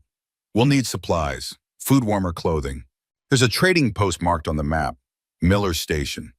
Yes, but it's on the main trail. Dangerous. Ruth considered this. More dangerous than freezing or starving. Cal had no answer for that. The brutal calculus of survival rarely offered good options, only choices between different forms of risk. We'll decide in the morning, he said finally. See what the weather brings. They ate sparingly from their dwindling supplies, saving the larger portion for Micah. The boy consumed the food mechanically, his usual wariness temporarily overcome by hunger. As the fire's warmth penetrated the cabin's chill, Micah grew more alert. He explored their shelter with cautious curiosity, examining the abandoned mining tools and forgotten personal effects of its previous occupant. Pa, he said suddenly, the word still new on his tongue. Who lived here before? Cal smiled at the boy's use of pa, a small victory amid their struggles. Prospector, most likely. Looking for gold or silver. Did he find any? Judging by the state of this cabin, I'd say no, most didn't. Micah considered this. Is that why you became a carpenter instead? Because it's more certain. The question surprised Cal with its insight. Partly, I've always preferred creating things to searching for them. Building something solid that helps others, there's satisfaction in that. Could you teach me when we're safe? I'd be proud to. Cal ruffled the boy's hair, an unexpected warmth spreading through his chest. Despite everything, the danger, the uncertainty, the hardship, Micah was looking toward a future with them, planning for when they were safe, not if. That night, as Ruth and Micah slept, Cal maintained watch. The storm continued, unabated snow piling against the cabin's walls, wind moaning through gaps in the roof. Harsh conditions, but also protection. No tracker, however skilled, could follow their trail in this weather. Cal thought of Dixon, wondering if the bounty hunter had abandoned the pursuit or merely delayed it. Men like Dixon rarely surrendered lucrative prizes, especially when pride was involved. And Maxwell Thornton seemed unlikely to accept failure, regardless of cost. His thoughts turned to Blackwood, hoping his friend had returned safely to Clearwater. The sheriff had risked much to help them, his career. Certainly perhaps his life, if Thornton discovered his role. Such friendship deserved reciprocation, which meant succeeding in their mission. Reaching Wheeler, securing Micah's future. Dawn brought marginal improvement in the weather, the snow lighter, the wind less biting. Cal studied the sky, reading the signs, as his father had taught him. The storm was passing, but another followed close behind.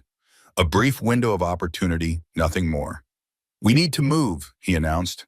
Make as much distance as possible before the next storm hits. Ruth nodded, already packing their meager belongings. Miller's Station. Yes, we need supplies, and it's on our route. Cal hesitated. But I'll go alone. You and Micah wait here. No, Ruth's refusal was immediate. We stay together. Ruth, it's safer. If Dixon finds any of us alone, we're vulnerable. Together we have a chance. Her expression brooked no argument. We've lost too much already, Cal. I won't lose you too. Cal recognized the steel in his wife's voice, the same determination that had kept her moving through battlefields, under fire, tending wounded, while bullets flew. He nodded, accepting her decision.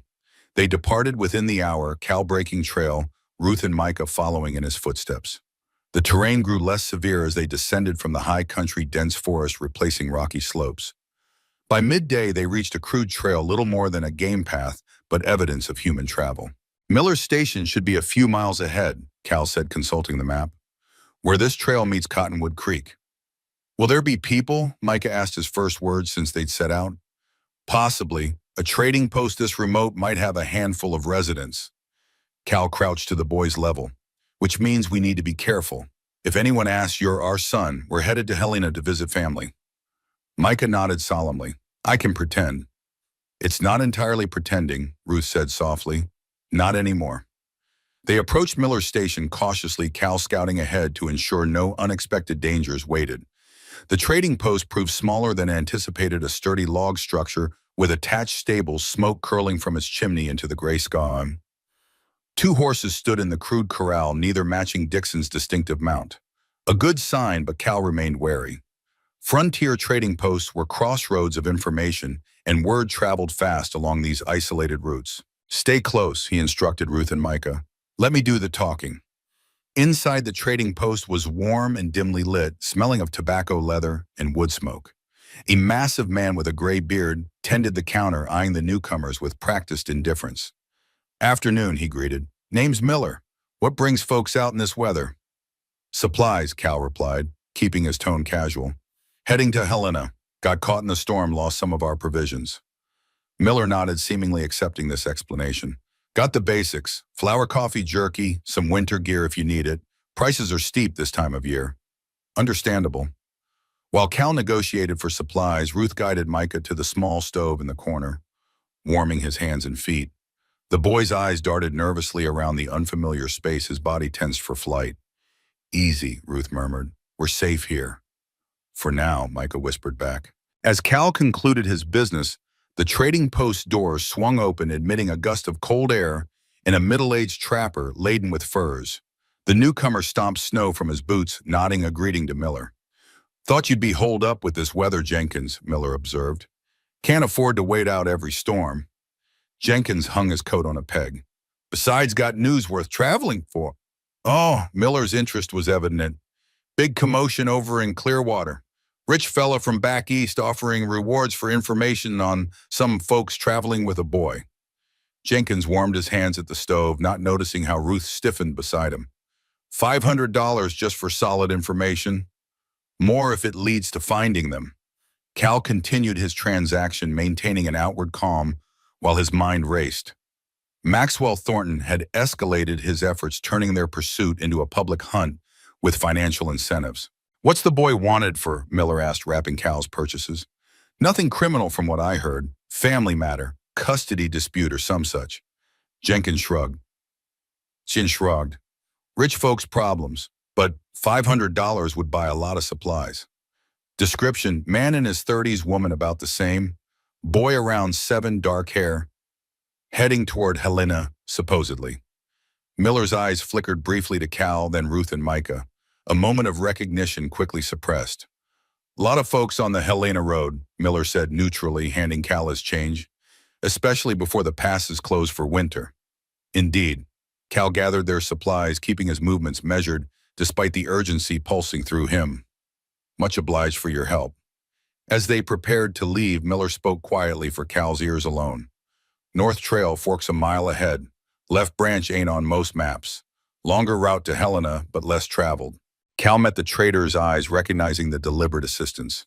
Appreciate the advice.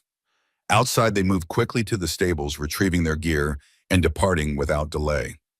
Cal set a brisk pace along the main trail, waiting until they were well beyond sight of the trading post before veering north. He recognized us, Ruth said when they were safely away. Miller. Yes, and chose not to say anything.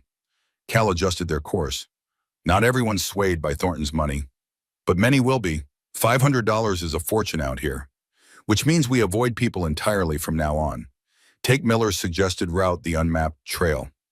They located the fork Miller had mentioned, the left branch barely visible beneath fresh snow.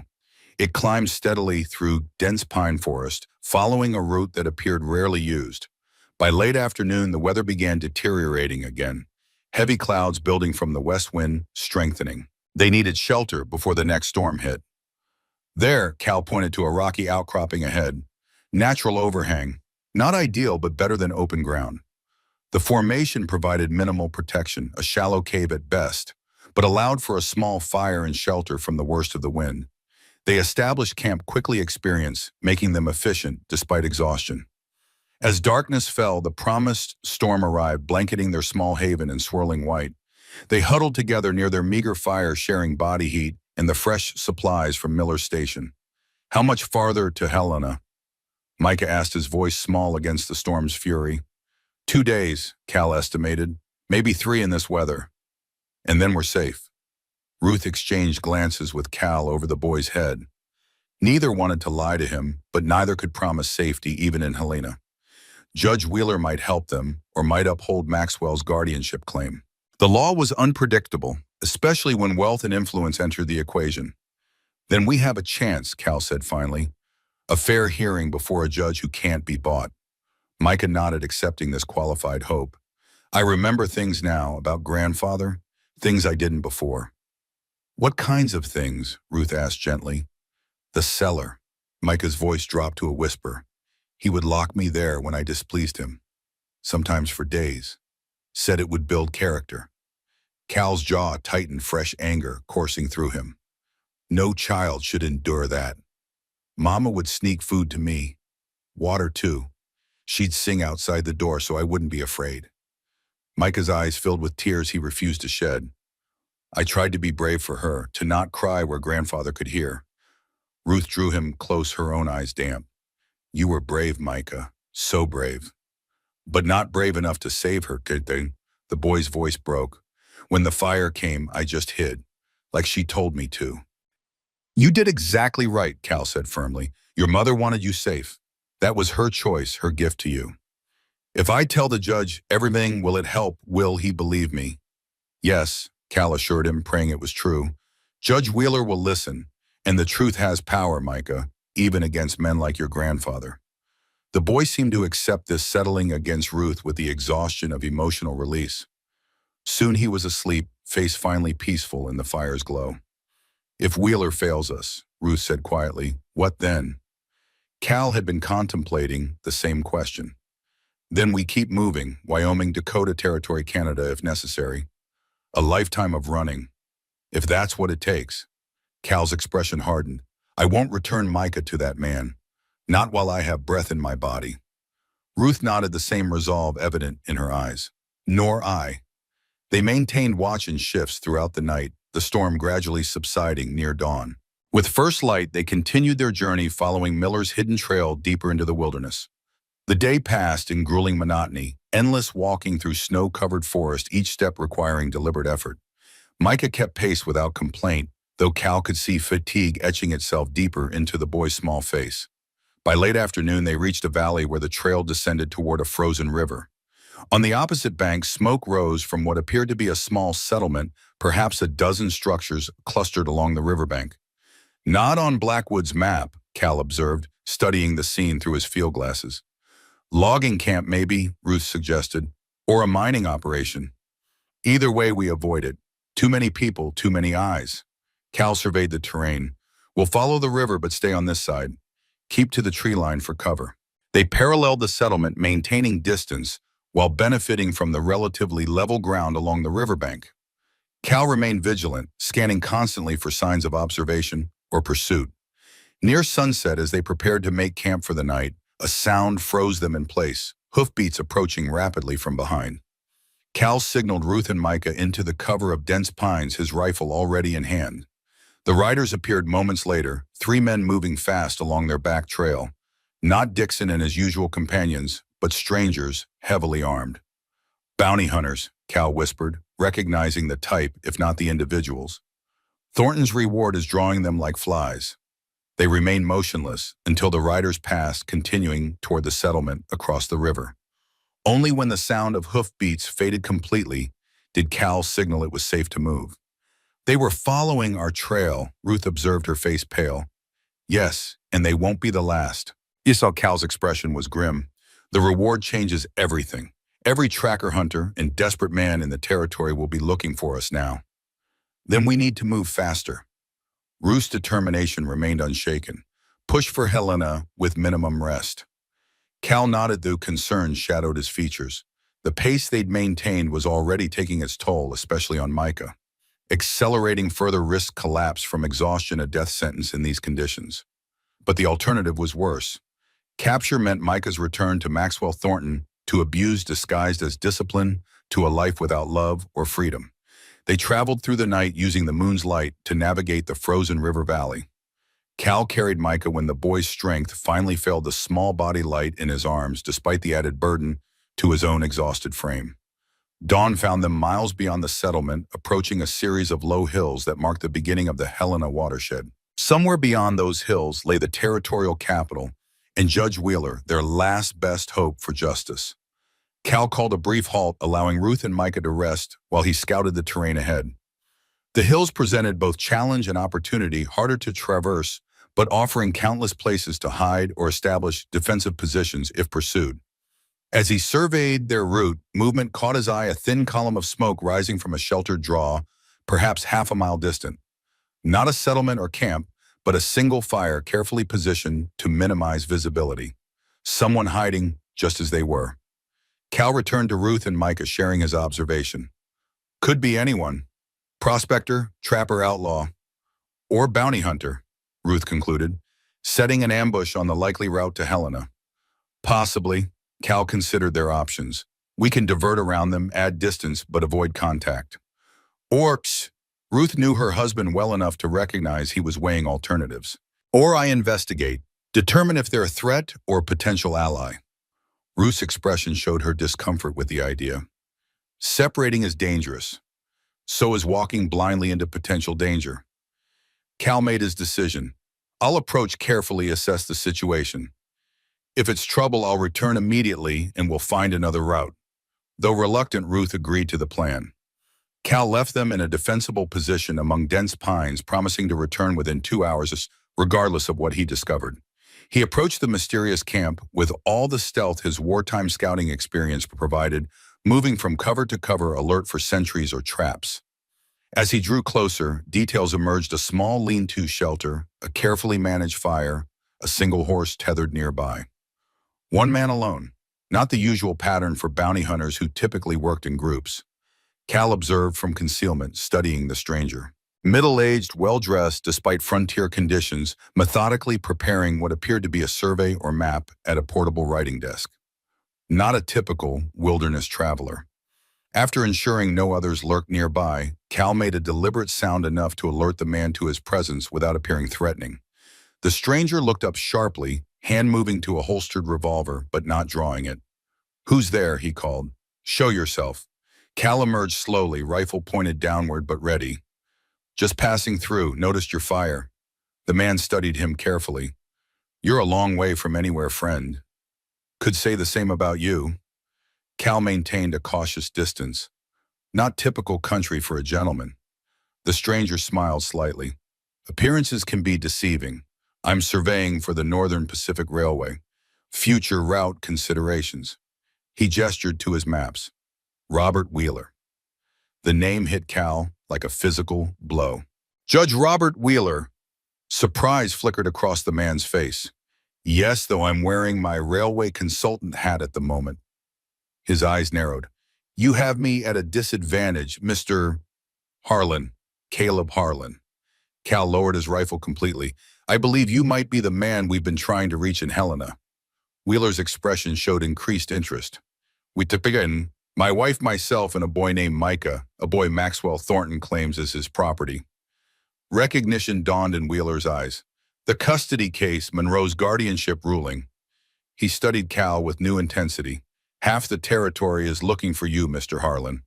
I'm aware, but the boy needed protection. From his own grandfather. From a man who locked a 7-year-old in a cellar for days as punishment. Who drove his daughter to flee for her life and her son's."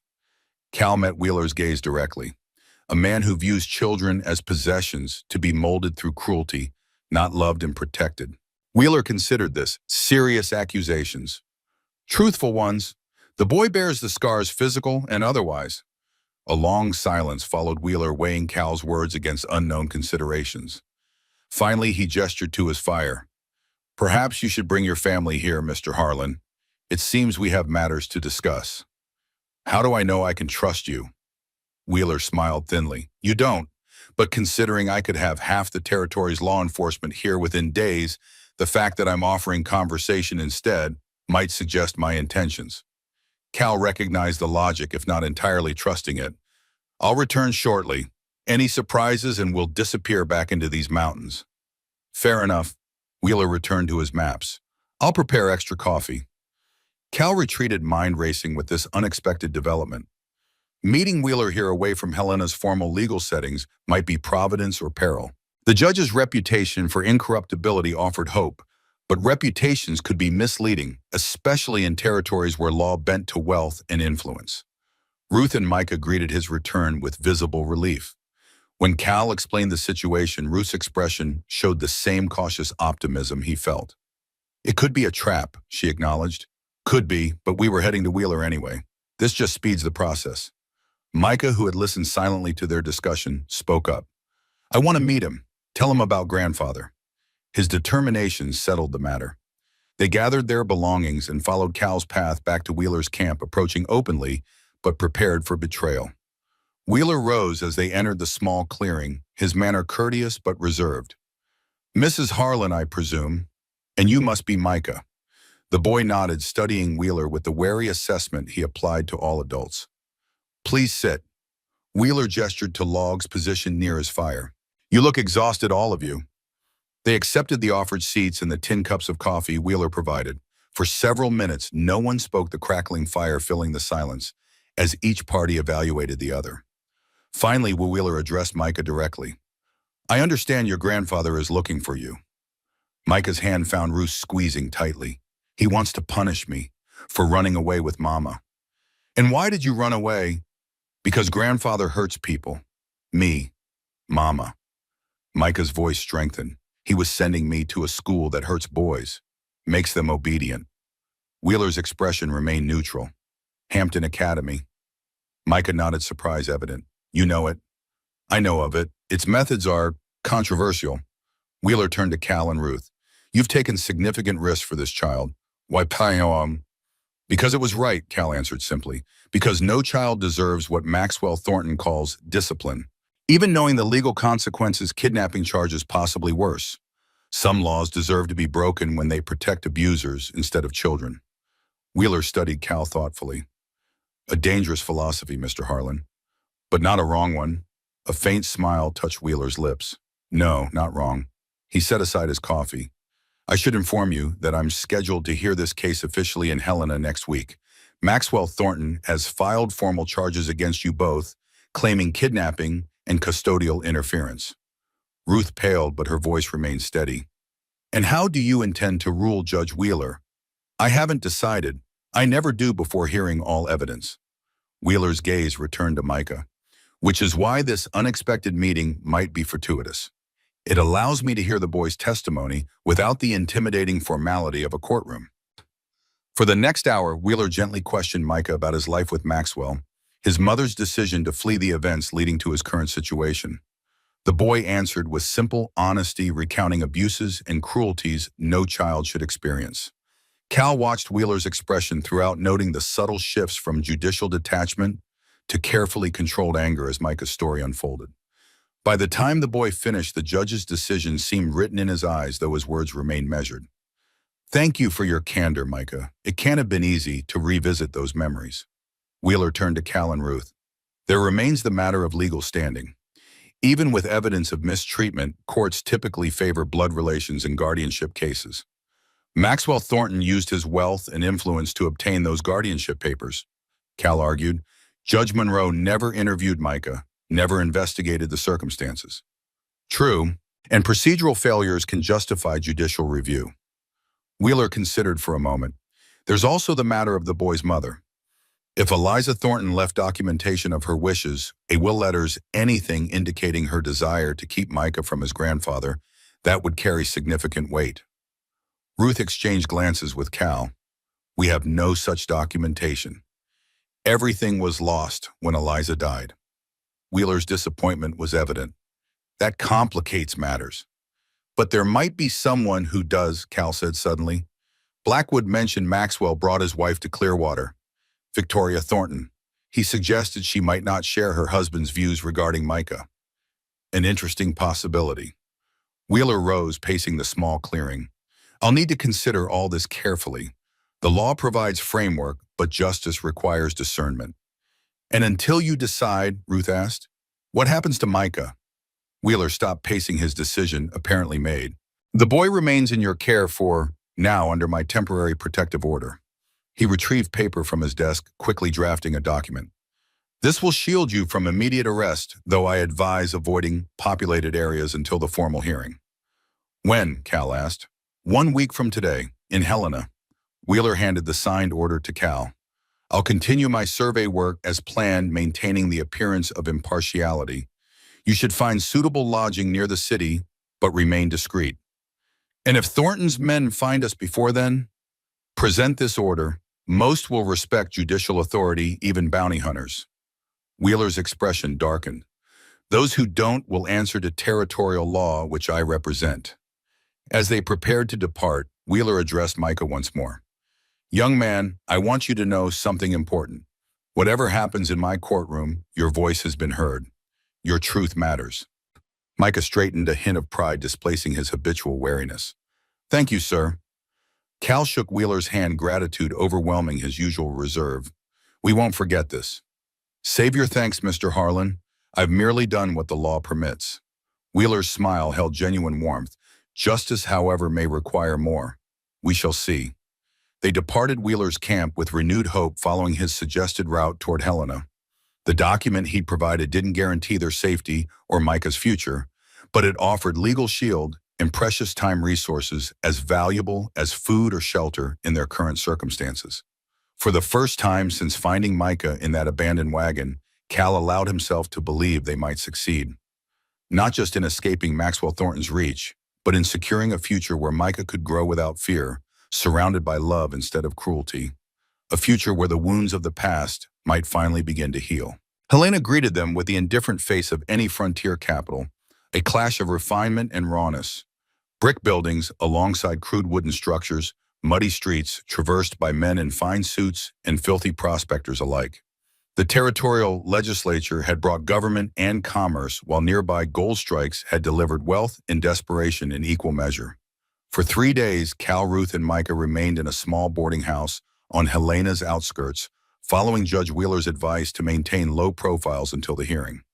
The modest establishment catered primarily to minors and travelers of limited means, its proprietress asking few questions beyond payment in advance. Their room was Spartan, but clean: a single bed for Ruth and Micah, a cot for Cal, a washstand with cracked basin, a small window overlooking an alley. Not comfort, but security of a sort. Wheeler's protective order rested in Cal's pocket, insurance against immediate arrest should Dixon or other bounty hunters locate them. On the morning of the 4th day, Cal ventured into town for supplies and information. Helena's streets bustled with pre-winter activity, merchants and citizens securing provisions before mountain passes closed completely. Cal kept his hat low, avoiding direct eye contact while absorbing conversations around him. Maxwell Thornton's presence had not gone unnoticed. The wealthy Missourian had established himself at the Grand Hotel, Helena's finest accommodation, and was entertaining influential citizens with lavish dinners and generous gifts. Politicians, newspaper editors, business leaders all received invitations to meet the distinguished visitor. More concerning were the posters Cal discovered nailed to building sides and fence posts throughout town. Crude woodcut images of himself, Ruth, and Micah, with descriptions and the promised reward for information. $500 had increased to $1,000, a fortune that would tempt even honest men in a territory where winter meant hardship for many. Cal tore down those posters he encountered, but knew it was futile gesture. The damage was done. Their faces were known, their presence anticipated. The protective bubble of anonymity they'd maintained during their journey had evaporated in Helena's public thoroughfares. He returned to the boarding house with his troubling observations, finding Ruth teaching Micah basic arithmetic using pebbles arranged on their room's rough plank floor. Thornton's established himself well, Cal reported, bolting the door behind him, making friends in high places, spreading money liberally. Ruth's expression tightened. And the hearing, scheduled for tomorrow morning, 10 o'clock at the territorial courthouse. Cal removed his coat, revealing the revolver now openly holstered at his hip. Wheeler's maintained the appearance of impartiality, But Thornton's people are pressuring him publicly through newspaper editorials. Will it influence him? I don't think so, but it creates expectations, public sentiment. Cal crouched beside Micah, who had been listening silently to their exchange. How are you holding up, son? I'm ready, Micah said with quiet determination, to tell everyone what grandfather did. The simple courage in those words humbled Cal. This child, who had endured abuse and loss beyond comprehension, was preparing to face his tormentor publicly to speak truth against power. Not for himself alone, but for the memory of his mother and the future with the Harlans he had come to hope for. You won't be alone, Cal promised. Ruth and I will be there. Judge Wheeler, too. And grandfather. Micah's voice remained steady, though fear flickered in his eyes. Yes, but he can't hurt you anymore. Not while I'm breathing. That evening, as Micah slept, Cal and Ruth whispered contingency plans should the hearing go against them. The Canadian border lay northward, still accessible before winter closed the mountain passes completely. They had enough funds for passage on a steamer from Fort Benton, enough supplies to reach it if necessary. Running means living as fugitives, Ruth observed, always looking over our shoulders. What kind of life is that for a child? Better than the one Maxwell Thornton offers. Cal's voice was grim. Hampton Academy would destroy everything that makes Micah himself, his spirit, his gentle nature, his capacity for love, despite what he's endured. Ruth nodded, recognizing the truth in his assessment. Then we run if we must. Together. They retired early, knowing tomorrow would demand all their strength and resolve. Cal took the cot nearest the door revolver within easy reach, ears attuned to any sound in the hallway beyond. Sleep came fitfully interrupted by memories of the journey that had brought them here, and visions of the challenges that lay ahead. Dawn arrived cold and clear sunlight, painting Helena's modest skyline in gold and shadow. They dressed in their cleanest, most presentable clothes, Cal, in the suit he'd packed for special occasions, Ruth, in her best dress, Micah in clothing purchased during their brief stay sized to fit his small frame properly for perhaps the first time in his life. You look very handsome, Ruth told the boy, smoothing his collar. Every inch a gentleman. Micah fidgeted with his new clothing, unused to such formality. Will I have to speak in front of everyone? Yes, Cal answered honestly, but only the truth, Micah, just as you told Judge Wheeler at his camp. Nothing more is needed. They departed the boarding house quietly, taking a circuitous route to avoid main thoroughfares. Despite these precautions, Cal felt exposed in the morning light, aware that many eyes in Helena might recognize them from Thornton's posters. The territorial courthouse dominated Helena's central square, a two-story brick structure with white columns and imposing steps designed to project authority in a land where law remained a tenuous concept. As they approached, Cal noted the unusual number of spectators gathering word of the controversial case having spread throughout the community. Stay close, he murmured to Ruth and Micah, guiding them through the crowd toward the courthouse entrance. They had nearly reached the steps when a voice cut through the murmuring onlookers. Harlan, Cal turned slowly, positioning himself between his family and the speaker. James Dixon stood 20 paces away, flanked by two men Cal didn't recognize. The bounty hunter's hand rested casually near his holstered revolver. This doesn't need to get messy, Dixon called. Surrender the boy and you and the missus walk away. Mr. Thornton's authorized me to offer that deal one time only. Cal kept his own hand away from his weapon, conscious of the crowd's attention. We have Judge Wheeler's protective order. The boy stays with us until the hearing. Papers don't impress me, Butch Harlan. 5 seconds to decide, then we do this the hard way. Before the situation could escalate further, a commanding voice intervened. That's enough, Dixon. Sheriff Thomas Blackwood pushed through the crowd, badge gleaming on his dark coat. Behind him stood two deputies, hands resting on their weapons. This is Helena jurisdiction, Blackwood continued, positioning himself between Dixon and the Harlans. And Judge Wheeler's orders stand. The boy remains with his current guardians until legal proceedings conclude. Dixon's face darkened with barely controlled rage. You're making a mistake, Sheriff. Thornton won't forget who stood against him. Add my name to that list. Blackwood's expression remained impassive. Now step aside and let these people pass. For a tense moment, Dixon seemed to consider violence despite the odds. Finally, he backed away with a contemptuous gesture. This isn't over. No, Blackwood agreed, but it will be decided in a courtroom, not a street. He turned to Cal Relief briefly, showing through his professional demeanor. Good to see you made it, old friend. Thanks to your map and help.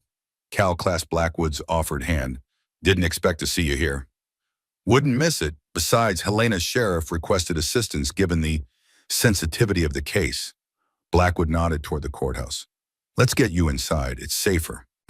They entered the building under Blackwood's escort, proceeding to the second-floor courtroom where Judge Wheeler would hear the case. The chamber was already filling with spectators, townspeople drawn by controversy, newspaper reporters seeking sensation lawyers, and officials curious about the unusual proceedings. At the front of the room, Maxwell Thornton held court among a cluster of well-dressed men. Even seated, his commanding presence dominated his corner of the chamber. Tall, distinguished white beard, immaculately trimmed expression, conveying absolute certainty in his rightful position. Beside him sat a woman Cal immediately recognized as Victoria Thornton. Unlike her husband, she remained apart from conversation, her refined features composed but eyes watchful, taking in every detail of the room and its occupants. When Micah entered, Maxwell Thornton's attention snapped toward the boy with predatory focus. Victoria's reaction was more complex. A brief flash of emotion quickly suppressed, her hands tightening momentarily on the small leather-bound book in her lap. Blackwood guided the Harlans to seats on the opposite side of the chamber, maintaining a buffer of empty benches between them and the Thornton contingent. As they settled, Cal noticed a familiar face approaching Robert Wheeler in his formal judicial robes expression, neutral but eyes communicating subtle encouragement. Mr. Harlan? Mrs. Harlan, Wheeler acknowledged. I trust you found suitable accommodations in Helena? Yes, Your Honor. Thank you. Wheeler crouched slightly to address Micah directly. Young man, I understand today may be difficult for you. Remember what we discussed. Just tell the truth as you know it. Micah nodded solemnly. Yes, sir. Wheeler straightened his voice, taking on a more formal tone. The proceedings will begin shortly. I've assigned Mr. Ellis to represent your interests. He gestured toward a middle-aged man setting up papers at a nearby table. He's one of Helena's most respected attorneys. We can't afford, Cal began. Pro bono, Wheeler interrupted. Mr. Ellis occasionally provides services in cases of particular social importance. I suggested yours qualified. With that, he moved toward the judicial bench, leaving Cal and Ruth to meet their unexpected legal representation. Charles Ellis proved to be a serious, soft-spoken man with intelligent eyes and meticulous manner. He quickly outlined the hearing's procedure and their strategy, emphasizing that Micah's testimony would be central to their case. Judge Wheeler has indicated his desire to hear the boy's account personally without the usual court formalities, Ellis explained. It's unusual, but within his discretion. The boy's welfare is, after all, the central concern. As they conferred, the courtroom continued filling. Cal noted several territorial officials among the spectators, along with what appeared to be the entire editorial staff of Helena's newspaper. Maxwell Thornton's influence had transformed a routine guardianship hearing into a public spectacle. At precisely 10 o'clock, Judge Wheeler called the court to order. His opening remarks established the parameters of the proceeding, not a criminal trial, but a judicial review of guardianship established by Judge Monroe's earlier ruling. This court's sole concern is determining what arrangement best serves the welfare of the minor child Micah James Thornton, Wheeler stated. Legal technicalities and precedents have their place, but they remain secondary to the fundamental question of the child's well-being. Maxwell Thornton's attorney, a polished, hatchet-faced man named Peterson, rose immediately to object. Your Honor, with respect, legal guardianship has already been established by Judge Monroe's ruling. Mr. Thornton is the boy's legal guardian and blood relation. The Harlans are currently in violation of that legally binding determination. Wheeler regarded Peterson with cool patience. I'm aware of Judge Monroe's ruling, Mr. Peterson.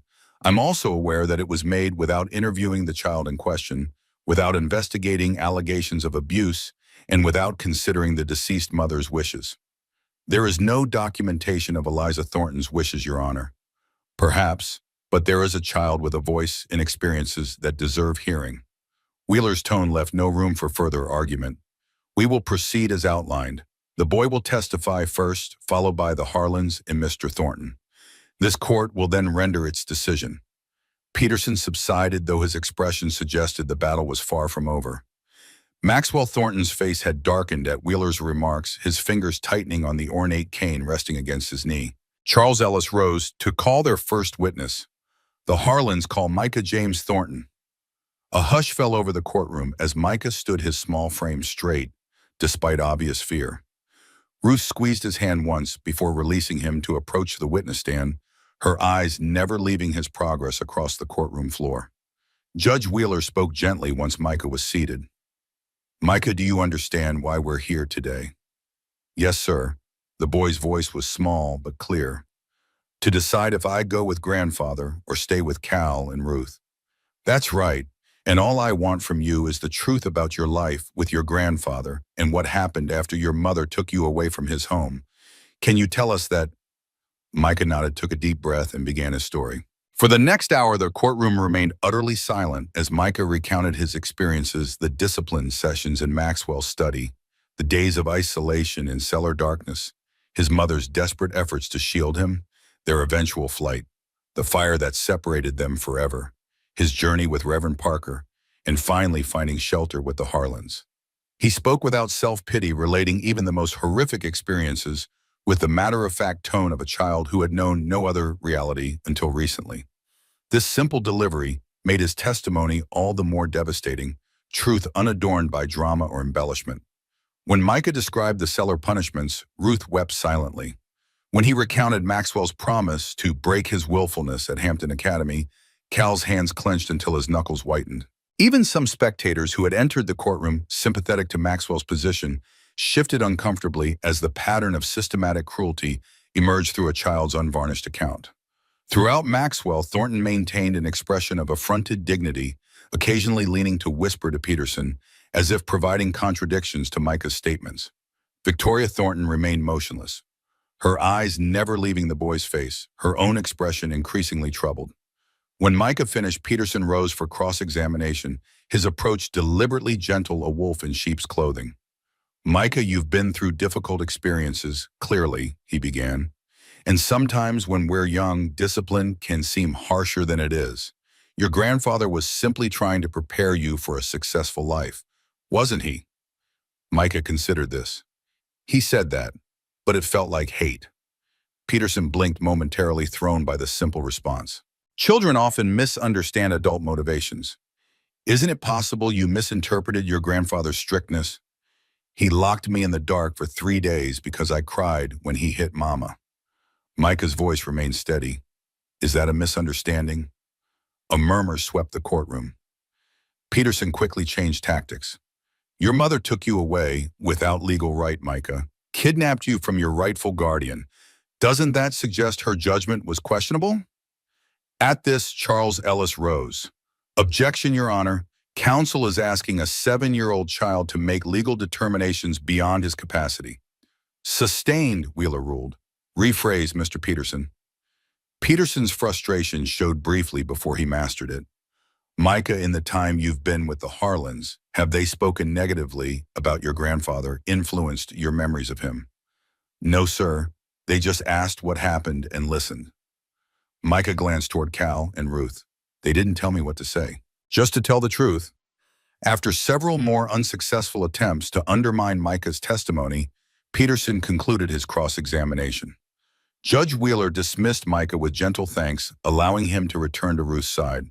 Cal testified next, recounting finding Micah in the overturned wagon, the boy's condition, and their subsequent journey. Ellis guided his testimony, skillfully establishing the Harlans' motives as protective rather than criminal. During cross-examination, Peterson attacked Cal's character directly. "Mr. Harlan, you were a prisoner of war during the conflict between the states. Were you not at Andersonville prison?" Cal tensed, unsure where this line of questioning led. "I was. And after the war, you suffered what medical authorities term soldier's heart nightmares, unpredictable rages, periods of melancholy. Like many veterans, I had difficulties adjusting to peace. Difficulties that might impair your judgment, your ability to provide stable guardianship for a child." Ellis objected strenuously.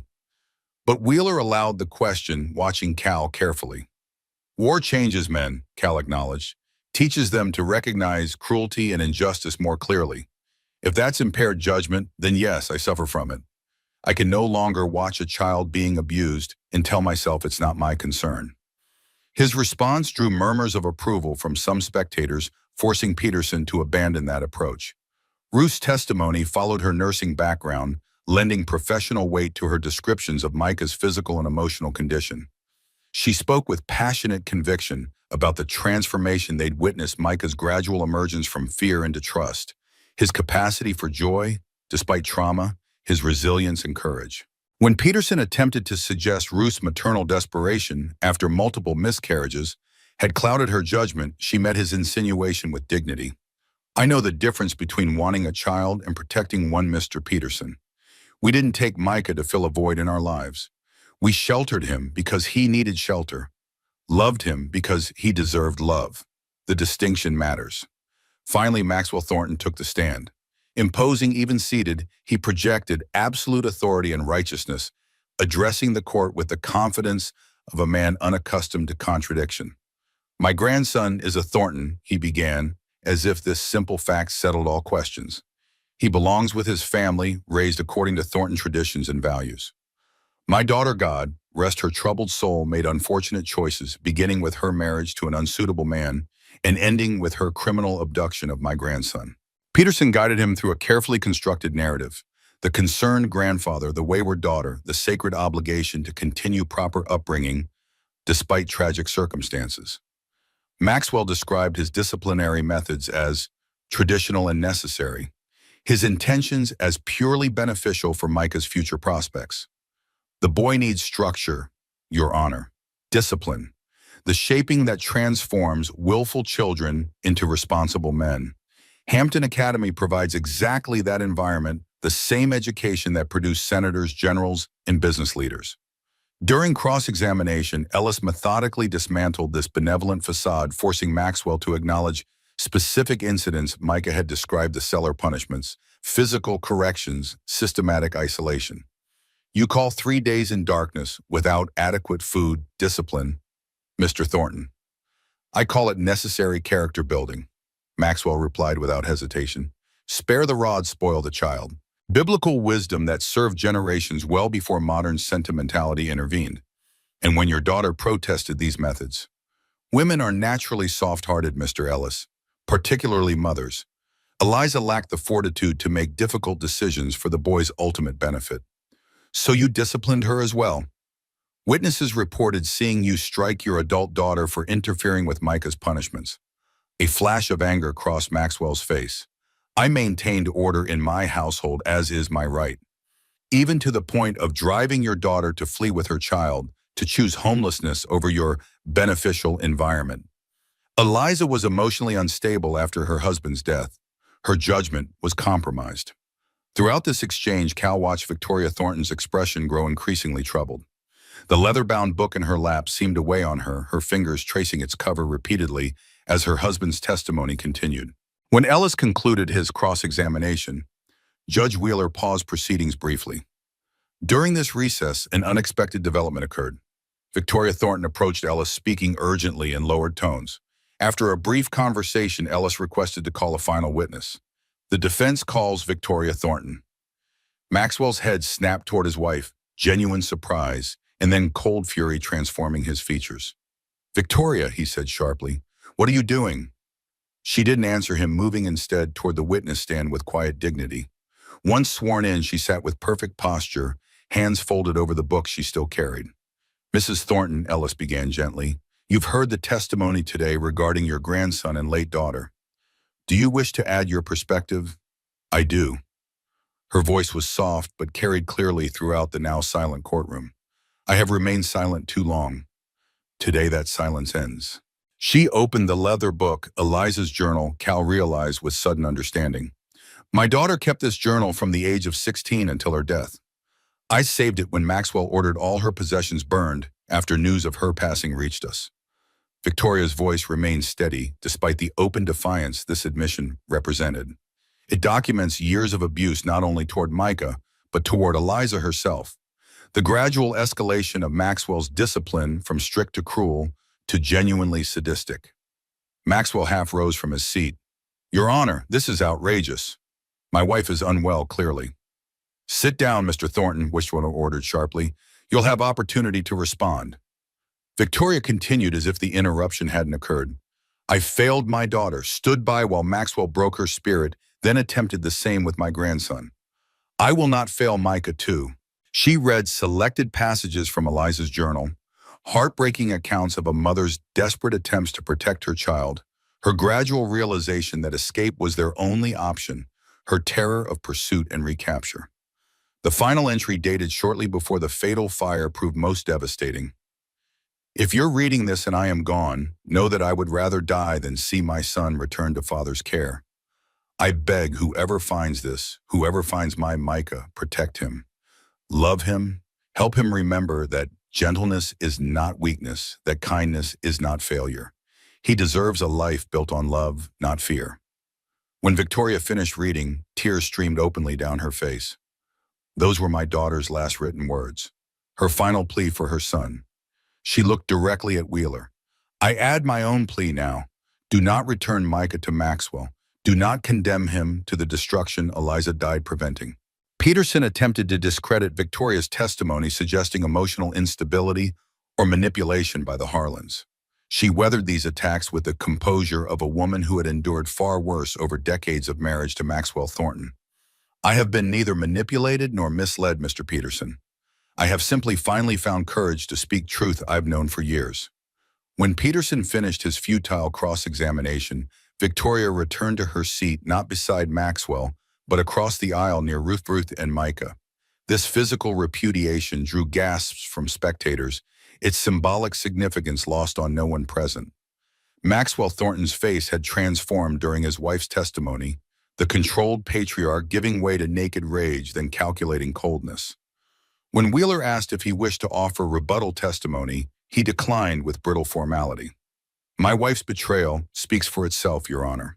I see no point in dignifying her hysterical fabrications with response. With testimony concluded, Wheeler called for closing arguments.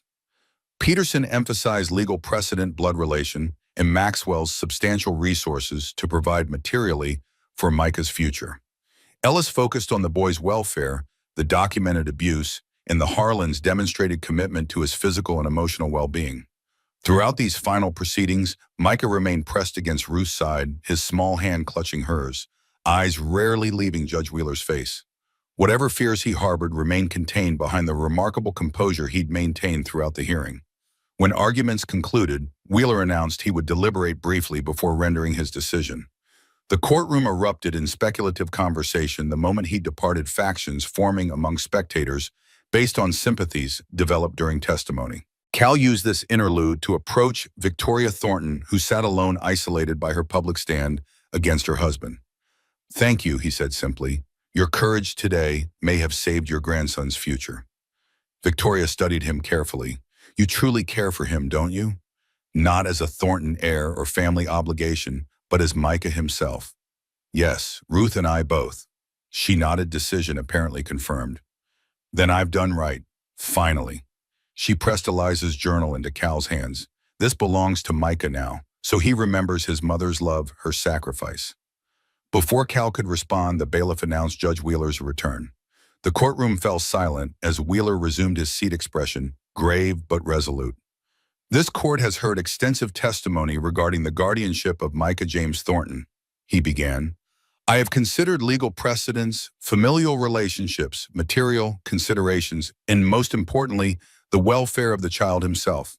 Wheeler turned his attention directly to Micah. Young man, the law typically presumes that blood relations provide the most appropriate guardianship for minor children. However, when those relations have demonstrated patterns of abuse, neglect, or cruelty, that presumption must yield to the higher principle of a child's well-being.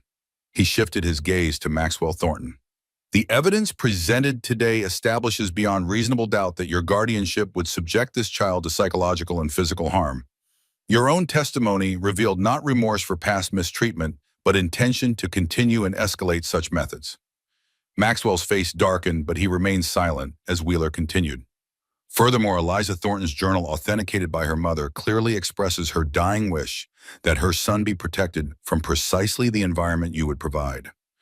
Wheeler then addressed Cal and Ruth. The Harlans, while not related by blood, have demonstrated extraordinary commitment to this child's welfare. Risking legal penalties, physical danger, and substantial hardship to protect him from documented abuse. He straightened voice, taking on formal cadence. It is therefore the ruling of this court that the guardianship established by Judge Monroe is hereby revoked.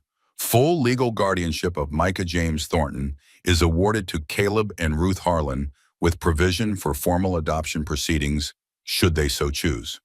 The courtroom erupted, supporters of the Harlans in celebration, Maxwell's allies in protests, reporters scribbling frantically to capture the sensational outcome. Wheeler's gavel brought restored order. One additional matter, he continued. This court finds Maxwell Thornton's documented abuse of his grandson constitutes criminal endangerment of a minor.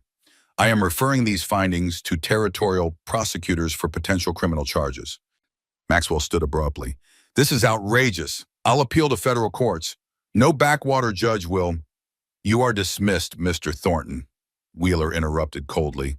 This hearing is concluded. As court officials moved to escort the furious Maxwell from the chamber, Cal felt a small hand slip into his. Micah stood beside him, eyes wide with disbelief and fragile hope. Is it real? The boy whispered. Can I stay with you forever? Cal knelt to Micah's level, meeting his gaze directly.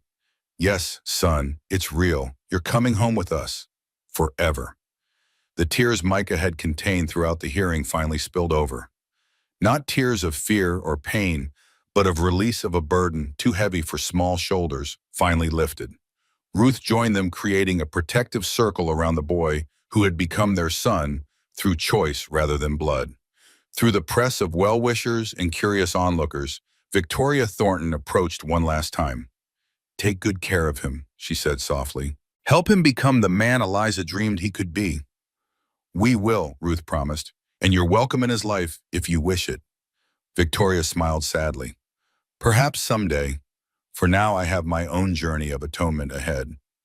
She touched Micah's cheek gently. Be happy, little one. Your mother would be so proud of your courage today. As Victoria departed, Sheriff Blackwood approached with Charles Ellis. Best get you folks out through the back entrance, Blackwood advised. Quite a crowd gathering out front, and Maxwell's not the type to accept defeat gracefully. They followed Blackwood through the courthouse's service corridors, emerging into a quiet alley where a carriage waited. Ellis handed Cal a package of legal documents. The official guardianship papers. I've taken the liberty of preparing adoption proceedings as well, should you wish to formalize that aspect. We do, Ruth said without hesitation. As soon as possible. Ellis smiled. Then consider it done. Blackwood helped them into the carriage. I've arranged rooms at a different hotel, safer than returning to your boarding house. Tomorrow we can discuss your journey home.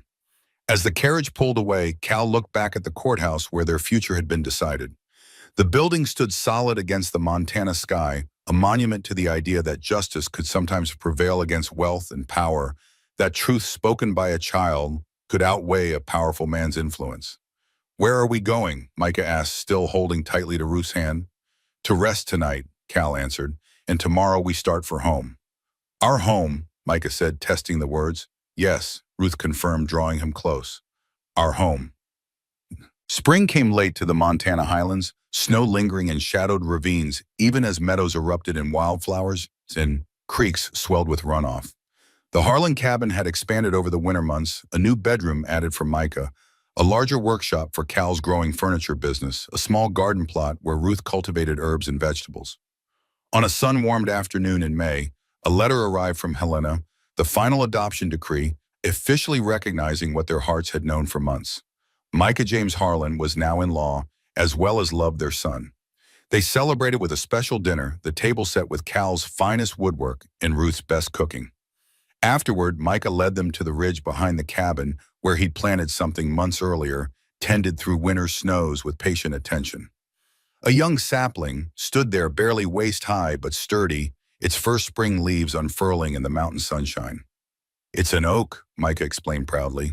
Ben Hardy gave me the acorn, said they live hundreds of years. Cal rested a hand on the boy's shoulder. Strong roots, long life. Good choice. I wanted something that stays, Micah said simply. Something that belongs here. Like me.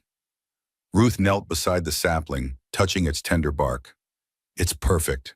We'll watch it grow together. As they stood on the ridge surveying the valley that had witnessed their struggle and triumph, Cal reflected on the journey that had brought them here, from a blood-spattered wagon to a courthouse in Helena, from strangers to family. Not the path he'd imagined when building this cabin, but the one that had finally made it truly home. Micah slipped his hand into Cal's, his other hand holding Ruth's. No words were needed in that moment of quiet connection. The mountains stood eternal around them. The sapling reached skyward with silent determination, and three hearts beat in the rhythm of family not formed by blood, but chosen through courage, sustained by love, and now recognized by law. Some boundaries Cal knew were worth defending at any cost. Some journeys, however difficult, led exactly where you were meant to be. "Come on," he said finally. "Day's not over yet. I promised to teach you dovetail joints, remember?" Micah's smile, once so rare, now increasingly frequent, brightened his face. "Race you back." The boy darted down the hillside, Ruth following with a laugh. Cal lingered a moment longer, watching them, his family complete at last, before turning to join them in the home they had fought so hard to create. End of Part 5, conclusion of The Child of Coal Country.